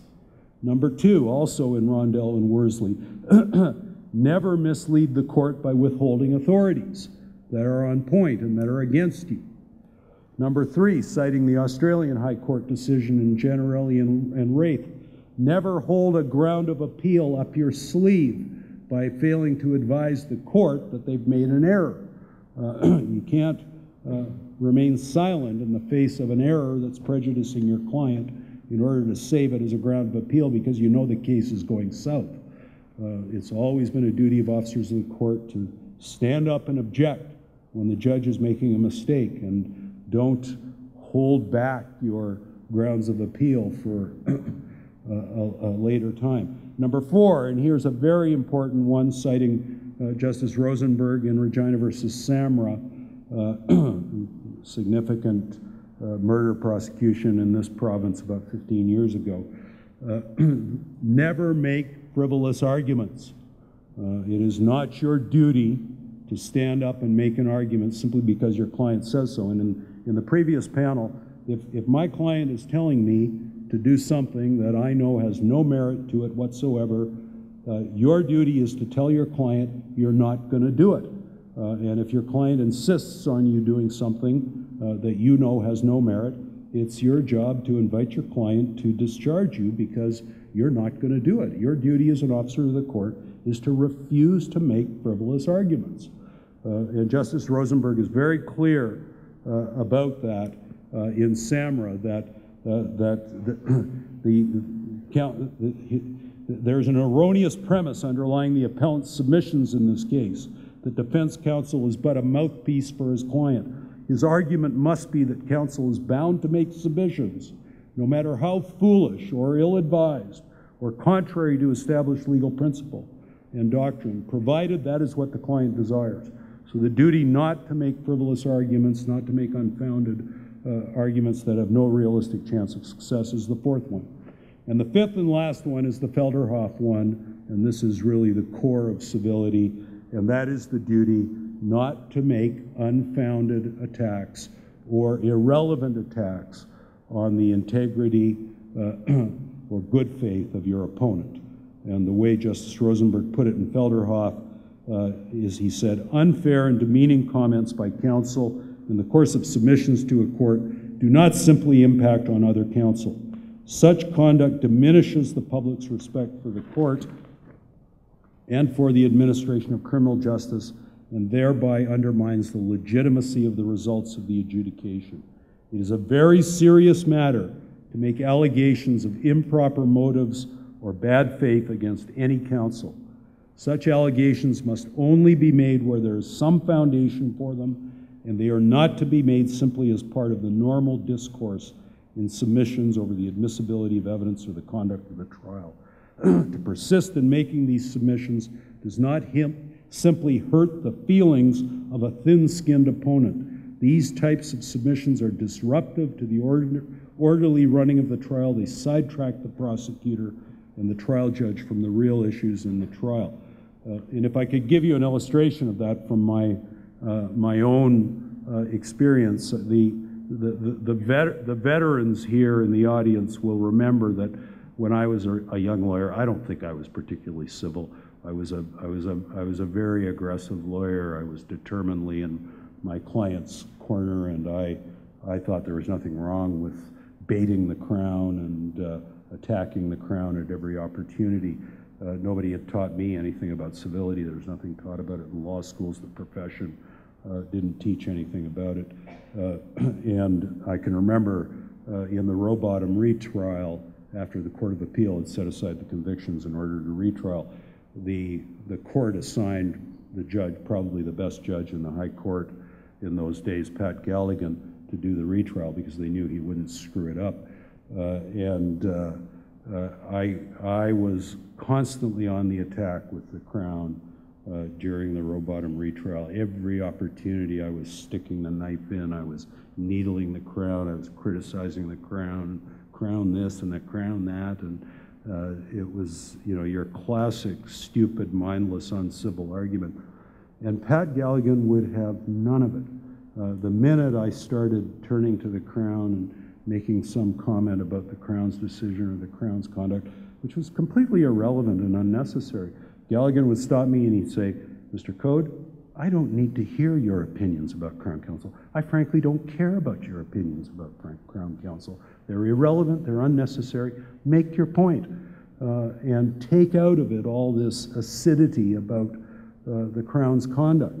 And he had to do this with me about a dozen times because I was very stubborn before I finally figured out that this trial's not going very well. Pat Galligan's starting to think I'm an asshole. And I've got a good defense here for my client. I think I can get my client acquitted, but I'm not going to do it this way because he's starting to dislike me and turning against me, and he's not listening anymore, and he's getting really pissed off. And I was so grateful to have the experience of being in front of a very firm but very fair judge. Everybody will tell you Pat Galligan was the fairest judge on the High Court, as well as being the strongest and firmest. And he turned me around completely in the course of that trial to realize that this was completely irrelevant and unnecessary to be making these kind of attacks on the Crown that were gratuitous, whether they were unfounded or not, it didn't matter. They were just my opinions. My opinions meant nothing.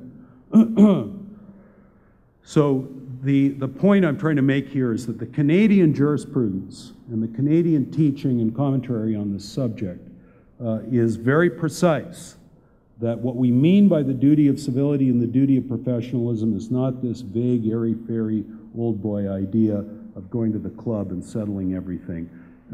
It's about 5 very precise obligations you have to the court. Not to mislead, not to make frivolous arguments, not to make unfounded attacks on your opponent's integrity, and so on. Make responsible admissions. The third and last illustration of the point that we don't have this problem, this American problem in Canada, is the Supreme Court of Canada finally has come out with a judgment on this issue. Gilles Doré versus the Barreau du Québec was released from the Supreme Court of Canada on March 22nd, 2012. So in other words, just over a month ago. This is hot off the press. And in a unanimous judgment written by Justice Abella, the court again, like the prior Canadian authorities I've referred to, makes it very clear that what we mean by civility and professionalism in this country is a narrow, well-defined concept. And at paragraph 61, Justice Abella says on behalf of the court, no party in this dispute challenges the importance of professional discipline to prevent incivility in the legal profession, namely, and here she quotes from some law professor's article in the Canadian Criminal Law Review, quote, and this is what civility means in Canada, potent displays of disrespect for the participants in the justice system beyond mere rudeness or discourtesy. So we're not just talking about being impolite, not being a good old Bay Street boy who does things the old boy's way, but about real potent displays of disrespect for the process and for the system that go beyond mere discourtesy or rudeness. And Bill, when Bill speaks to you in a moment, he's going to remind you that the Law Society rule is actually broader than what the courts mean by incivility. The courts are focused on fair trials, and so they've defined civility in a narrow, functional way that relates to the duty to preserve fair trials.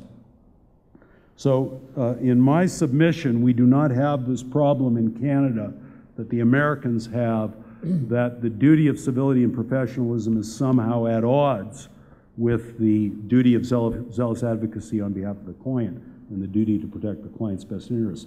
The two of them can live together quite happily and harmoniously because we have a much narrower and tighter definition of what we mean by incivility and lack of professionalism, and it is illustrated by the 5 concrete rules that have emerged out of the common law that I've referred you to. And it seems to me it's pretty easy to prove this point, that professionalism and civility actually make you a better lawyer. They actually make you serve your client's interests far better than being a boor does, as my experience in the Rowbottom retrial proved, is that I finally started getting somewhere once I started behaving like a real advocate and like a professional. Justice Galligan started listening to me, and lo and behold, my client was acquitted at the end of the trial because I finally had a judge who was listening to me and respecting me because I'd taken all the acidity out of my submissions and the unnecessary carping at the Crown. And the kind of proof in the pudding illustration of why you will be a better lawyer if you are civil and professional and you will serve your client's interests far better is to simply think of your heroes, think of the greatest advocates. My pantheon, I'm sure you've all got your heroes at the bar, but in the generation I grew up in the courts, my 3 gods were Arthur Martin, Michel Proulx, and Joe Wood. Sometimes they move around. Generally, Martin's in the middle, and Proulx's on the left, and Joe Wood's on the right. They're kind of up there in the sky above me, watching over us. But Joe Wood and Michel Proulx and Arthur Martin were the greatest advocates of their generation, who fought the toughest cases, who fought death penalty cases throughout their careers, and who did not have the Charter of Rights, never had the Charter of Rights on their side the way you do today. And they were the 3 most perfect gentlemen you could ever encounter. You would never see any hint of unprofessionalism out of Joe Wood or Michelle Prue or Arthur Martin, and yet they were the most successful lawyers in this country who defended the toughest cases and got superb results on behalf of their clients. And when you think of it, if I could illustrate the obvious practical benefits to your client of being professional and civil, let me conclude by simply stating three obvious benefits. First of all, there's a benefit to yourself, and this is in many ways the most important of the three practical benefits of civility and professionalism, is that if you're angry and pissed off and constantly carping at the Crown, and or as the Crown carping at the defense, and you think your opponent is evil, and you're going to be distracted. What professionalism and civility allows you to do is to focus on the real issues in the case. Get rid of all the nonsense out on the periphery and focus like a laser beam on the real issues in the case. And then you'll really be effective. Because anger and discord and poor communication distracts you and puts you off your game. And good lawyers know how to get rid of all that distraction and to focus down hard on what the real issues in the case are through the exercise of civility and professionalism, and not arguing frivolous points, making responsible admissions. Get rid of the garbage on the periphery of the case and focus on the real issues with respect, and you will be a better advocate because you won't be distracted. So that's the first benefit to yourself. The second benefit is with your opponent. If you're the Crown, with the defense; if you're with the defense, with the Crown. But your relations with your opponent, by having effective communication with your opponent, will get you all those small allowances that you need in big, tough cases. Every case that you argue has got probably 90% of it that doesn't need to be fought out in a courtroom. There's only about 10% of most cases that really merit courtroom adjudication and litigation and adversarial proceedings. If you can get rid of the 90% because you're an effective communicator with your opponent and you can work out sensible admissions and agreements with your opponent, you will then be allowed to focus. And if you're not communicating with the Crown, if you despise the Crown and the Crown despises you, you're going to be ending up arguing everything, and everything is going to get diluted. So to get those sensible, important allowances from your opponent, where your opponent comes around to agreeing with you about the issues that don't need to be argued, you will then be able to focus on the core of your case. So effective communication with your opponent is critical. In the Air India trial, the best illustration of this was Rick Peck and Bob Wright. I'm sorry, I've got Joe Wood on my mind. But Bob Wright was the lead Crown on that case, and Rick Peck was the lead defense lawyer, and they had superb communication. They would be on the phone to each other every morning discussing what are we doing today, what issues are not an issue, what issues are an issue, what are we focused on. And that very high level of civil, respectful communication between the Crown and the defense allowed us to run an impossible trial. I mean, the Air India trial, if ever there was a trial that was almost impossible to litigate in an effective, focused way, it was that case. And yet by effectively negotiating away the periphery, we were able to conduct the case in an effective way and again bring home an acquittal for our client in a very, very difficult case. So that's your benefit with your opponent, is you'll get those small allowances and concessions that you need to run a criminal defense effectively. And thirdly and lastly with the court, and this is the point John McMahon was making in the previous panel, is that in criminal litigation, there are the easy calls and there are the tough, close calls. You're always going to either win or lose the easy calls. If you've got no merit on a point, you're going to lose it. If you've got a lot of merit on a point, you're going to win it. And any donkey can win the easy points and lose the the obviously meritless points. You don't need to be a good lawyer to win the easy points and lose the awful frivolous points. What you need to be a good lawyer to win are the close calls. And there are a whole bunch of close calls in every criminal case where the judge is right on the edge of being either with you or against you and could fall off one side or the other at any moment.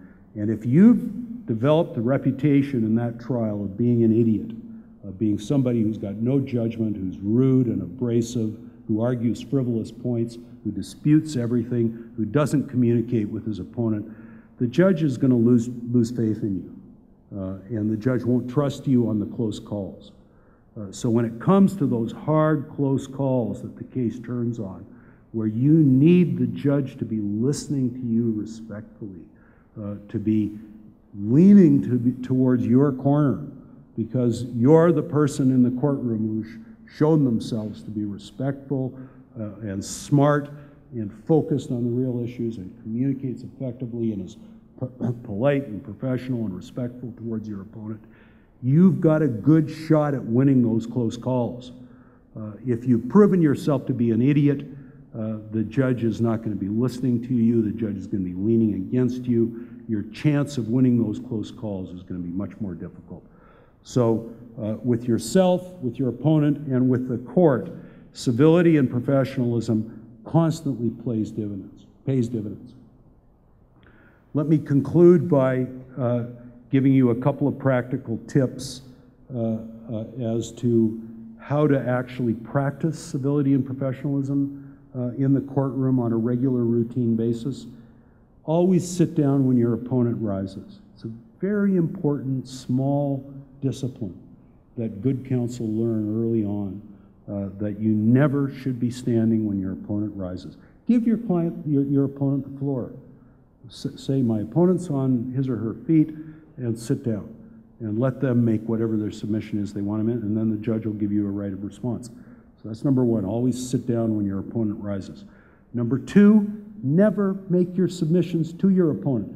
As soon as you see lawyers doing this business, you're right away you're in trouble. I had a lawyer doing this to me last Friday, I think it was, and I reamed him out. And he did it twice, and the second time he almost didn't make it out of the courtroom. You do not turn to your opponent and start making submissions to your opponent. It's grossly unprofessional. You make your submissions to the court. And once again, it's a real sign that your standards of professionalism and civility are going offside, that something's wrong here, that you're starting to lose it when you're not making your submissions respectfully to the court, and you're making them in this kind of angry tone towards your opponent. So never address your opponent directly. Address the court. Make your submissions to your opponent through the court. Number three, never respond quickly or in kind when you're provoked. And Doré is a good example of a lawyer who is provoked. Doré, you can have some sympathy for him. The judge he was up against was a bully. He was facing a judge in court who had been grossly uncivil and unprofessional with him in court. And unfortunately, what Doré did is he reacted to the uncivil judge. So the uncivil judge caused the uncivil lawyer, because he went back to his office that night and he wrote the most grossly insulting, offensive letter any lawyer has probably ever written in this country, because he was pissed off. So when you react quickly and in kind, it is almost always going to be wrong. And this is the unfortunate challenge your generation has. In my generation, letters got sent by writing them out by hand, and then you gave them to your secretary, and your secretary typed them up, and then you got them back the next day, and you got to look at them, and you say, oh my God, did I say that? And you'd rewrite it immediately, or you'd give the letter to Murray Siegel, and Murray Siegel would look at it and say, you can't say that, Code, you fool. And somebody would vet your correspondence for you. You've got these bloody cell phones and emails and computers, and you send things off by pressing send. So within 20 seconds of being insulted, you're insulting back. So the third practical tip is never respond quickly or in kind when you've been provoked. Try to reflect, take some time, speak to a senior colleague, and then respond in an entirely different tone from your opponent. So those are the first three code's practical tips. The fourth and last one is practice courtesy and communication with your opponent at all times. Practice friendliness towards your opponent at all times. And again, if I could conclude with a little story on this point, again, when I was a young lawyer, I had an ABH down in St. Catharines. And in those days, ABH was straight indictable. You could get jury trials for ABHs. And I was a young Toronto lawyer going down to St. Catharines to do an ABH in the old district court. Ray Houlihan was the Crown in St. Catharines. He was an old veteran Crown. He'd been a Crown for 30 years at that time. I'd probably been a lawyer for 5 years. He was way, way senior to me at the bar, and he was very clever and tough and crafty. He eventually prosecuted Bernardo about 10 years later. And it was a lovely kind of country lawyer who was tough as nails and didn't give an inch. And he was going to damn well get my guy for ABH. And I was damn well going to defend him and get him acquitted. And we were fighting like cats and dogs in the courtroom on the merits, legitimately fighting over legitimate issues. And the old district court judge, the minute he'd get up and call a recess and leave the courtroom, he barely got out of the door, and Ray'd be over there at my side giving me a big elbow in the ribs saying, "Come on, Code, let's go have a coffee." And he'd say, "Let's go to the Crown's office and have a coffee." I'd never had a Crown in Toronto ask me to come to the Crown's office and have a coffee with them. It just didn't happen in the culture of the Toronto Crown's office at that time. But Ray Houlihan was an old-fashioned guy, and he took the view that I was a colleague at the bar, and even though I was 25 years junior to him, he constantly practiced friendliness and courtesy and civility towards me, even though I was his opponent, as soon as the judge was out of the court. That we could fight hard when the case was before the court, but after court, we were colleagues, we were professionals, we were friends at the bar. And he'd take me back to his office and tell me war stories about the old days in Windsor when he was prosecuting dirty murders down in Windsor. And it had a profound effect on me at what a fine, decent human being he was. And of course he beat me. I lost the goddamn trial.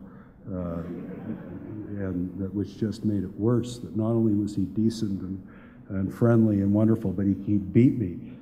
So please remember Ray Houlihan and remember the importance of civility. Thank you so much.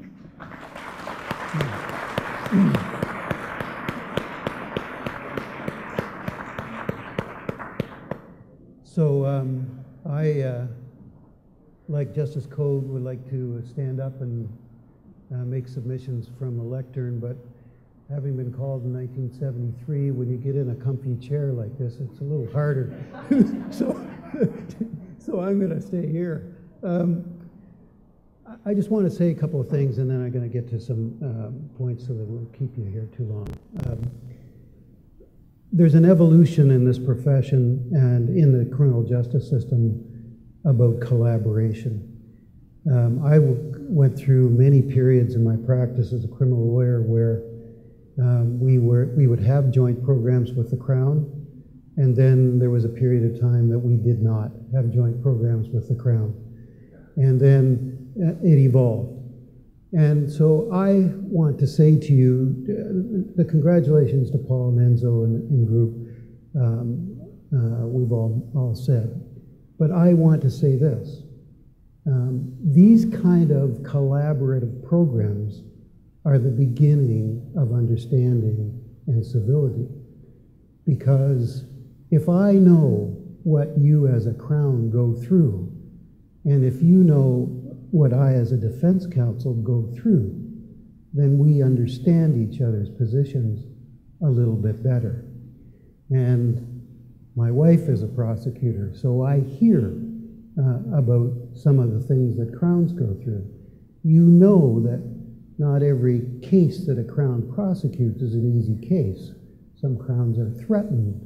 Some Crowns live under incredible pressure. Some Crowns work in institutions. They're not as free. And many Crowns don't understand the passion that individual lawyers have for clients who are downtrodden and beaten, who they believe are innocent. And so the way that we start talking about civility starts, I think, in this room and with joint programs, and then eventually what happens, and it's happening with conferences, is police get involved. And we all find out at some point in time that we have more in common than the differences. So I hope that this is a beginning of a new cycle. Let me just say this, that my practice now has evolved into defense work at the Law Society. And the narrow interpretation of what civility is, as Justice Code said, and the case of Doré, and I recommend Doré to you, and Justice Code was too humble to say that an article he wrote was referred to by the Supreme Court. I mean, it's not very hard to look at a letter from a defense counsel to a judge, and I think if we have some time, I'd like to talk about civility from the bench, too, but also, I mean, there's a letter obliterated any humanity from his judicial position, non-existing listening skills, propensity to use the court where he lacks courage to hear opinions contrary to his own. I mean, what's wrong with that? I mean, this is what Doré wrote.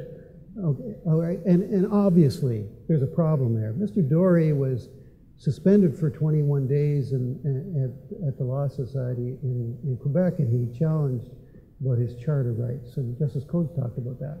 But let me tell you that if Mr. Doré was in Ontario, and he had been prosecuted by the Law Society of Upper Canada, with great respect, capital punishment may come back, because the definition, there are two little things I'm going to read to you from the rules. And it doesn't matter. I mean, I'm not going to talk about Joe Groy's case. I'm not going to talk about Eddie's position. Eddie's taking a position to stir the pot, probably. But the point is, Mr. Groy is before the Law Society. And so, if we can't solve our problems, when Justice Code and Lesage wrote the report, and I had an opportunity to speak to them, I begged them not to put in there that civility was a problem and the Law Society should look at them. Because I can tell you, civility is something the Law Society is very concerned with now, and prosecutions are taking place. And I don't think they should be going to the Law Society. I think we should be able to solve our problems here. And quite frankly, judges should be able to solve their problems in the courtroom as opposed to using the Law Society. But that's for another day. Look at this. Relationship to the administration of justice. Rule 4. When acting as an advocate, a lawyer shall represent the client resolutely and honorably within the limits of the law while treating the tribunal with candor, fairness, courtesy, and respect. The definition of Justice Code is given to you that is now developed through Felderoff and through Doré, talks about a specific, and it's more focused, if I could use that phrase. This is pretty broad. While treating the tribunal with candor, fairness, courtesy, and respect. That's the relationship to the administration of justice. Rule 6 is responsibility to lawyers and others. A lawyer shall be courteous, civil, and act in good faith with all persons with whom the lawyer has dealings in the course of his or her practice.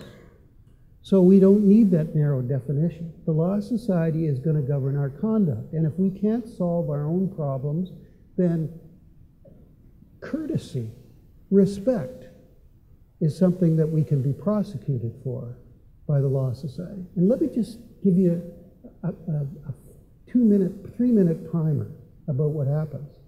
A complaint to the Law Society can start an investigation. Or an investigation can start internally at the Law Society. Or something is read in the newspaper about a lawyer carrying on, right? Law Society opens a file. They do an investigation. And I'm going to just jump forward. We have a duty to cooperate. We have a duty to respond to the Law Society. And then the Law Society can decide to close the file or issue a caution or whatever. But the Law Society's mandate is transparency to the public, to protect the public, even more rigid than the Crown's. And so what happens if someone is discourteous and they are prosecuted by the Law Society? As soon as they're prosecuted, that's public. And if they're found guilty of professional misconduct, which is something within our practice, or conduct unbecoming, we carry on inappropriately and discourteously in the public domain, the best that can happen is a reprimand, and then a suspension, and then termination, permission to surrender a license or revocation of license. That is a record. There is no pardon. It is there forever. So if you are discourteous, if you make that mistake, if it ends up at the Law Society, and 5 years or 10 years from now you think you would like to make an application to the bench, forget it. So the ramifications of this issue of civility are not just in terms of how we treat the court and how we treat our fellow members of the profession and the Crown and the judges and the witnesses and the police officers. I mean, it goes beyond that. And so that's a message that goes beyond the narrow interpretations of what Justice Code is concerned about and what Justice Code is talking about here and some of the bigger cases. We, as lawyers, have a responsibility to understand that people are watching. It's not our court, it's not our case, it's our client's case. And if we are going to be rude to the Crown, or if the Crown is going to be rude to us, what we are doing is, with great respect, and I don't mean to be preachy, but we are failing in that thing that we're trained, discipline. Right? We're problem solvers. We're people that come, defense counsel, people come with their problems. They want us to solve their problem. They don't want a Band-Aid. Okay? And if you are aggressive in court, all it takes is for a judge to look beyond you and say, Mr. Trudell, you're not assisting your client by this approach. Well, the client's going to say to me, what did the judge mean by that? Or if the judge says to Crown Counsel, you're being unfair, then what does the officer in charge say about that? What does the witness say? What does the victim say? What does the public say about that? And it's our workplace. Like it's my home. It's where I practice. I love it.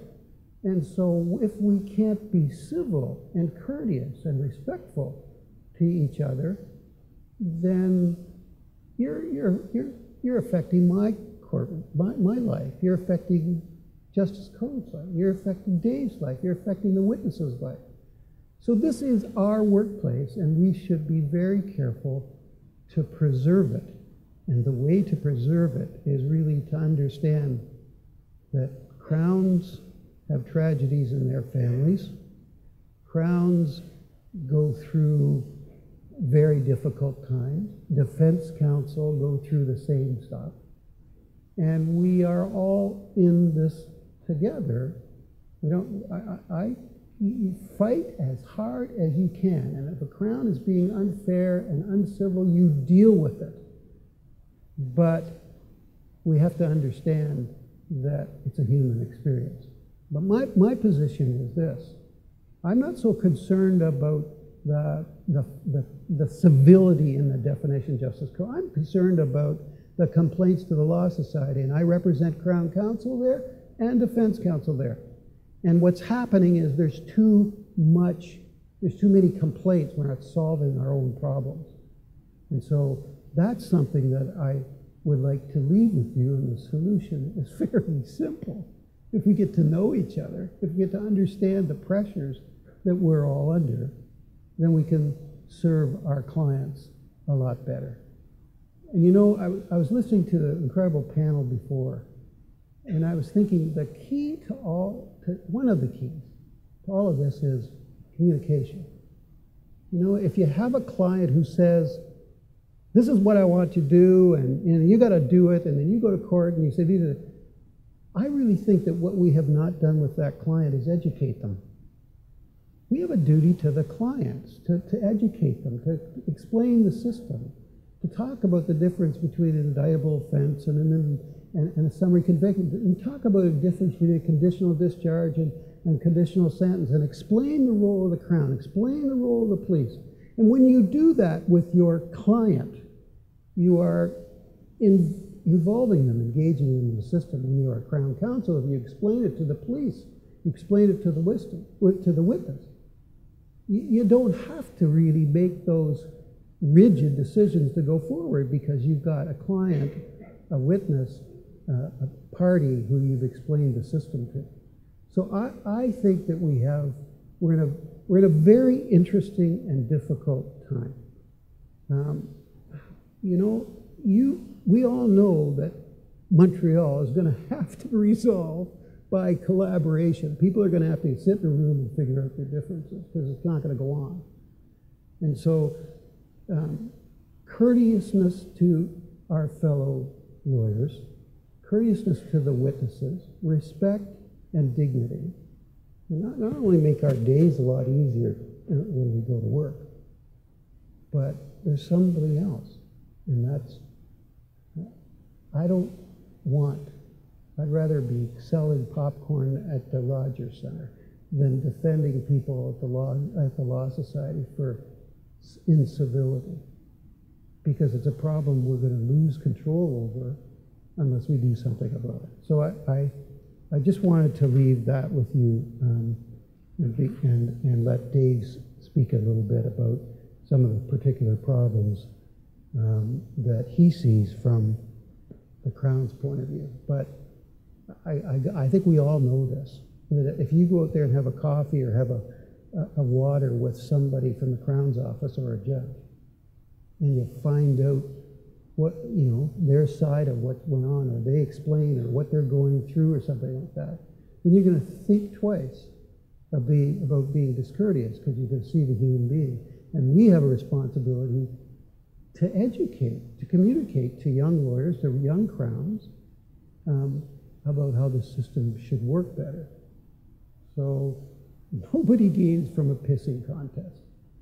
And civility and courteousness should be part of this human system, because we're problem solving. And I, with respect, say it not only from the Defense Counsel, not only from the Crown, but from the court, because the tone is set from up there.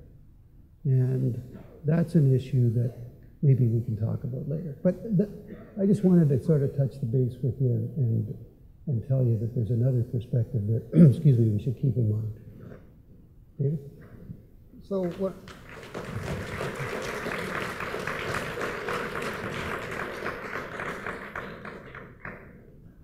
The benefit I have, of course, I get to comment. So people went before me, and Justice Code was talking about the 3 benefits of civility, and I'd just like to add a 4th for you from a Crown's perspective. If I'm doing, you know, pre-trials in some parts of the Crown's office, I can have 12 pre-trials scheduled on my day. If you come in and you are discourteous, if you are rude, you have actually made me very, very interested in your case. And to the point where, in fact, I may decide to prosecute that myself.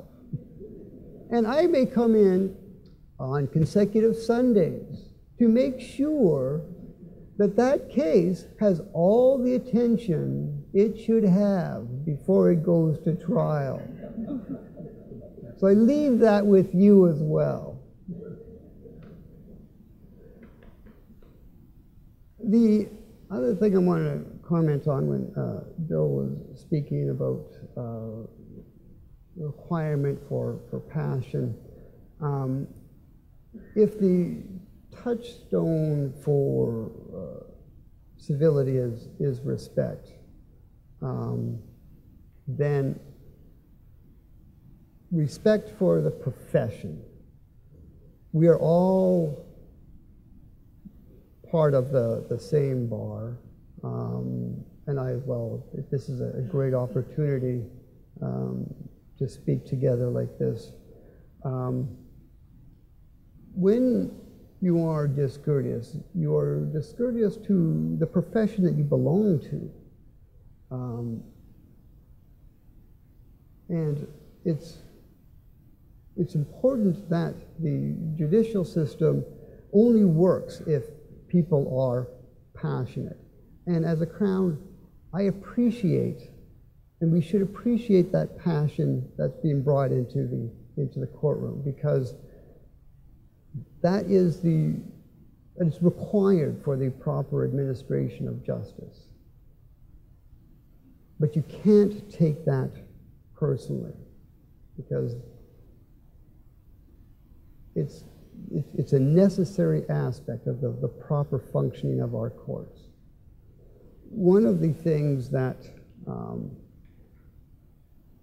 has come up in the Fedorov decision, and in fact the application judge had commented that the Crown has to develop a thick skin, and I don't think it's just the Crown that has to do that, but for a lot of the young counsel out there and a lot of the Crowns, there's a couple things that you can do from my own experience, and I say from my own experience. I've only been a Crown for 16 years, and I can say only as I'm sitting here on this panel.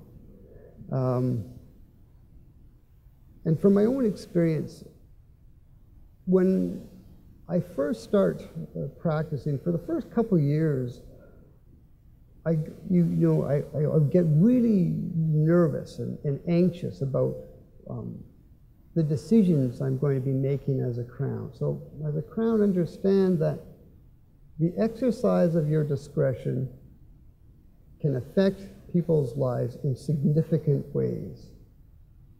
And you can expect that the exercise of your discretion can come under criticism. But it's not a criticism of you. But for all, especially the young counsel, the better prepared you are to answer questions about why you've made certain decisions, the more you can explain the principal basis upon which you've made your decision, the more comfort you will have in court with that decision. When you are not sure of that decision and it comes under criticism, you automatically feel perhaps uncomfortable, you can feel defensive, and without knowing it, you react in an emotional way. But the more comfort you have with the principal basis upon which you've made your decision, the more comfort you have in it, and the more you can stay focused and respond in a rational way. Similarly with trial preparation. The better you know your case, when comments come your way, then you can respond on an evidentiary basis as opposed to an emotional basis. So I leave that with you, and I leave that with you because I know it's getting a little late, but I wanted to make sure I touched on that. Make your decisions on a principle basis, prepare your case, and you'll be more equipped emotionally to respond in that fashion than responding in an emotional way. So I leave that with you. Can I just ask?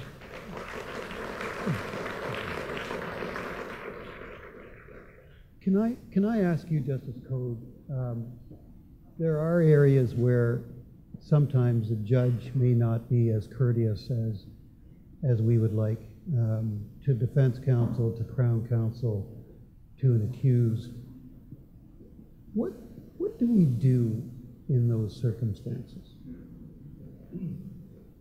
Well, this is where Doré is a particularly difficult case, because although Doré is the first decision we have from the Supreme Court of Canada about civility, it's not the traditional form of incivility like in Felderhoff, where it's incivility between counsel. Doré is about incivility between counsel and the court, and the incivility was on both sides. The trial judge in that case was very uncivil himself, and the court made that clear. And he was disciplined by the Judicial Council. So both the judge and the lawyer end up being disciplined for uncivil conduct. And the cost, what suffered in that case, it was a big Hells Angels mega trial. The case became a mistrial. After 18 months of trial, a mistrial was declared, and it was a terrible black eye to the administration of justice. There were editorials all over the newspapers, and the justice system looked rotten because everybody was misbehaving. The judge was misbehaving, the lawyer was misbehaving. So when a judge misbehaves and is engaging in the kind of bullying and insulting, demeaning manner the judge was in that case, there is no question that it is your duty to stand up to the judge. And it is a very, very important part of your role that when a judge is engaging in misconduct from the bench, you must protect your client's interest and note it on the record and preserve it on the record by objecting and asking the judge to stop it.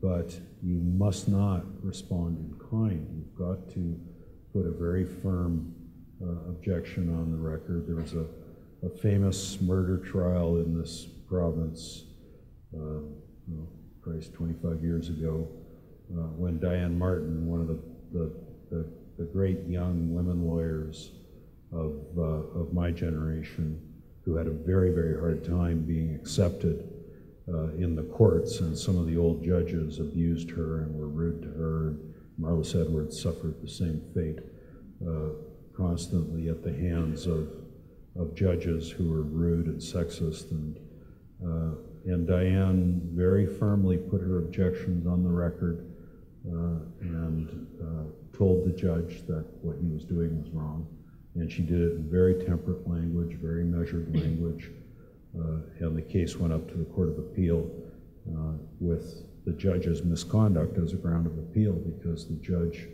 would not stop in his abusing of a young lawyer who was doing her very best to defend her client in a very difficult case. So stand up to the judge firmly and put your objections on the record. This is what I mean about how civility is not inconsistent with vigorously defending your client's best interests. Just don't make your own incivility become the issue the way Doré did. Make it the judge's incivility that is the issue. You have to remember that as a defense counsel, it's not about you, and it doesn't matter whether the strip gets torn off you, because you're there to defend. It is reminding the court that there is a client there, and as a Crown, reminding the court that there are witnesses and people who have come into the courtroom and placed their trust in the system. And that kind of objection will stop the court from being a bully, because the judge will lose not only, he or she may not care if they're having a bad day about counsel, but they will have to care about the accused, the witnesses, and the persons in the body of the court. You know, so one other just little thing we should be thinking about. I know that, you know, if in the middle there's a judge sitting in court and I walk across the courtroom to start talking to the Crown, I mean, it's discourteous to the court. If the Crown is dismissive to the defense, it is discourteous. So we have the court is an informal place, and because it's a people place, but there is an accepted sort of decorum that if we exhibit it, if we protect it, then we won't hear the politicians talk about the public losing confidence in the administration of justice and the public confidence being at a low ebb, because I mean that's BS and political in many cases. But if the public walks into a chaotic, rude, discourteous environment, then they're entitled to draw the conclusion that they may draw about us and how we perform our duties. Any questions or discussion from you? We've been talking all this time. You've been very patient and silent, and absorbing all this. Anybody? Copeland? I just want to say that I disagree with Bill Trudell in saying that ultimately, if there are disagreements about civility, we shouldn't go to the law society. It's probably the only venture in the room, but I think that there has to be a place where it goes to give a chance to be worked out in the context of the court, either with the judge doing it or somebody else doing it. So I think the law society is ultimately the appropriate place to deal with it. I agree as a last resort, but because I do have a living, but I will say, Paul, that too many cases are going without an attempt to resolve it in the front end on incivility.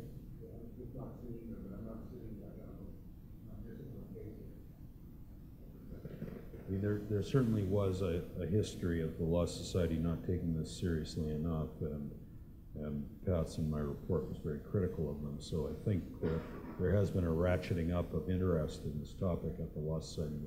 When Derry Miller was treasurer, he took this on as a personal mission, and I think he got the Law Society disciplined people much more motivated than Bill would like them to be on this issue. But in the other argument against, I mean, there are a number of arguments against Bill's position. I mean, Bill's saying we should be able to solve this ourselves, and that's a very noble ideal that we should all applaud. But if we don't solve it ourselves, the alternatives of the judges taking it on in the courtroom has got some downsides to it, because the tools, the weapons the judges got to put a stop to this are fairly draconian. They're quasi-criminal powers of making costs orders and contempt orders.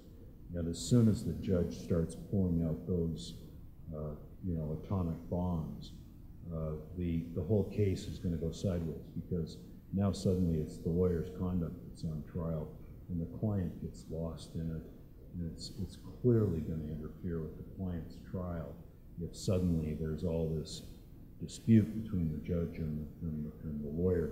So there's a good argument for judges trying as much as possible to refer this to the Law Society when these problems come up with lawyers who are uncivil in the courtroom. And certainly our report recommended that a good intermediate remedy before you resort to the nuclear weapons of contempt and costs is to send it to the Law Society. The Law Society's got very flexible tools. The reprimand is the way the Law Society starts, which is a very modest penalty, and then you can start upping it with suspensions.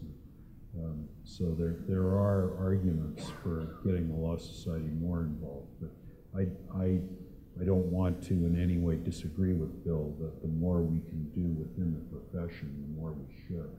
But I heard a couple of people talking outside that they were doing some family law work, and I got to tell you that you can only imagine the disputes in the family law bar when children are being pulled one leg at a time, and the incivility, with great respect, and the lack of courtesy in some of the correspondence in the family bar, which is so emotionally based, is a real problem.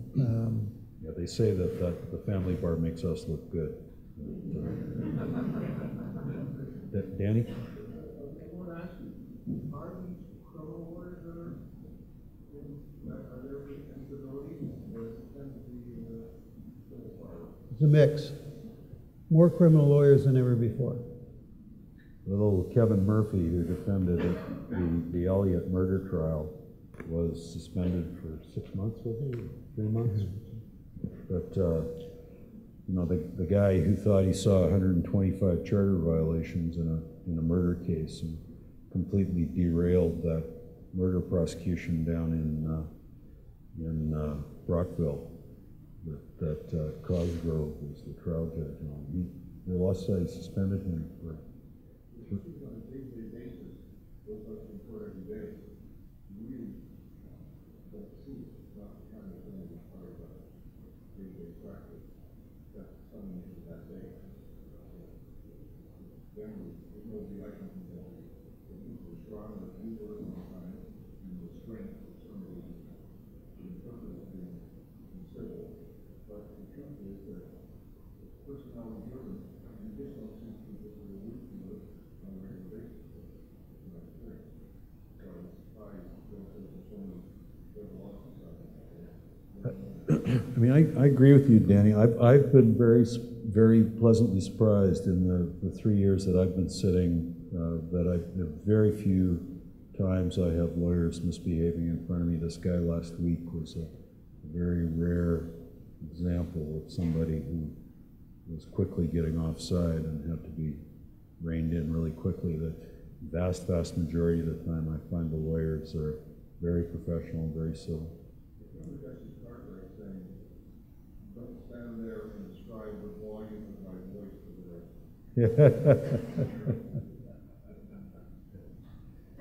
Yeah, Bobby?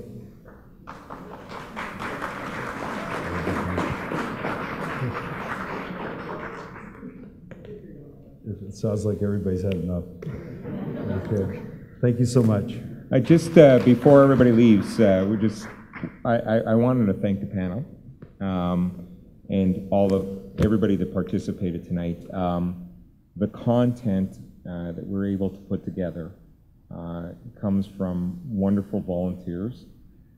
It's amazing how you can pick up the phone and say, do you mind, I run this little program, can I get a few minutes of your time? And there's wonderful participation. So if I were in court, I'd probably say we hit another home run. So thank you very much, everybody. Justice Code,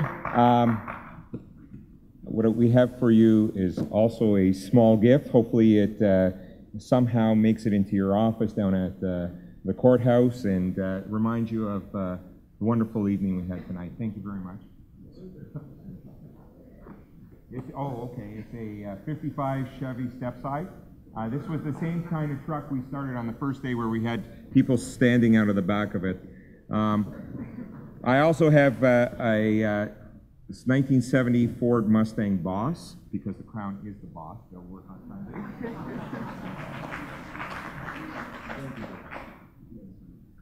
And 1959 Chevy Chevelle.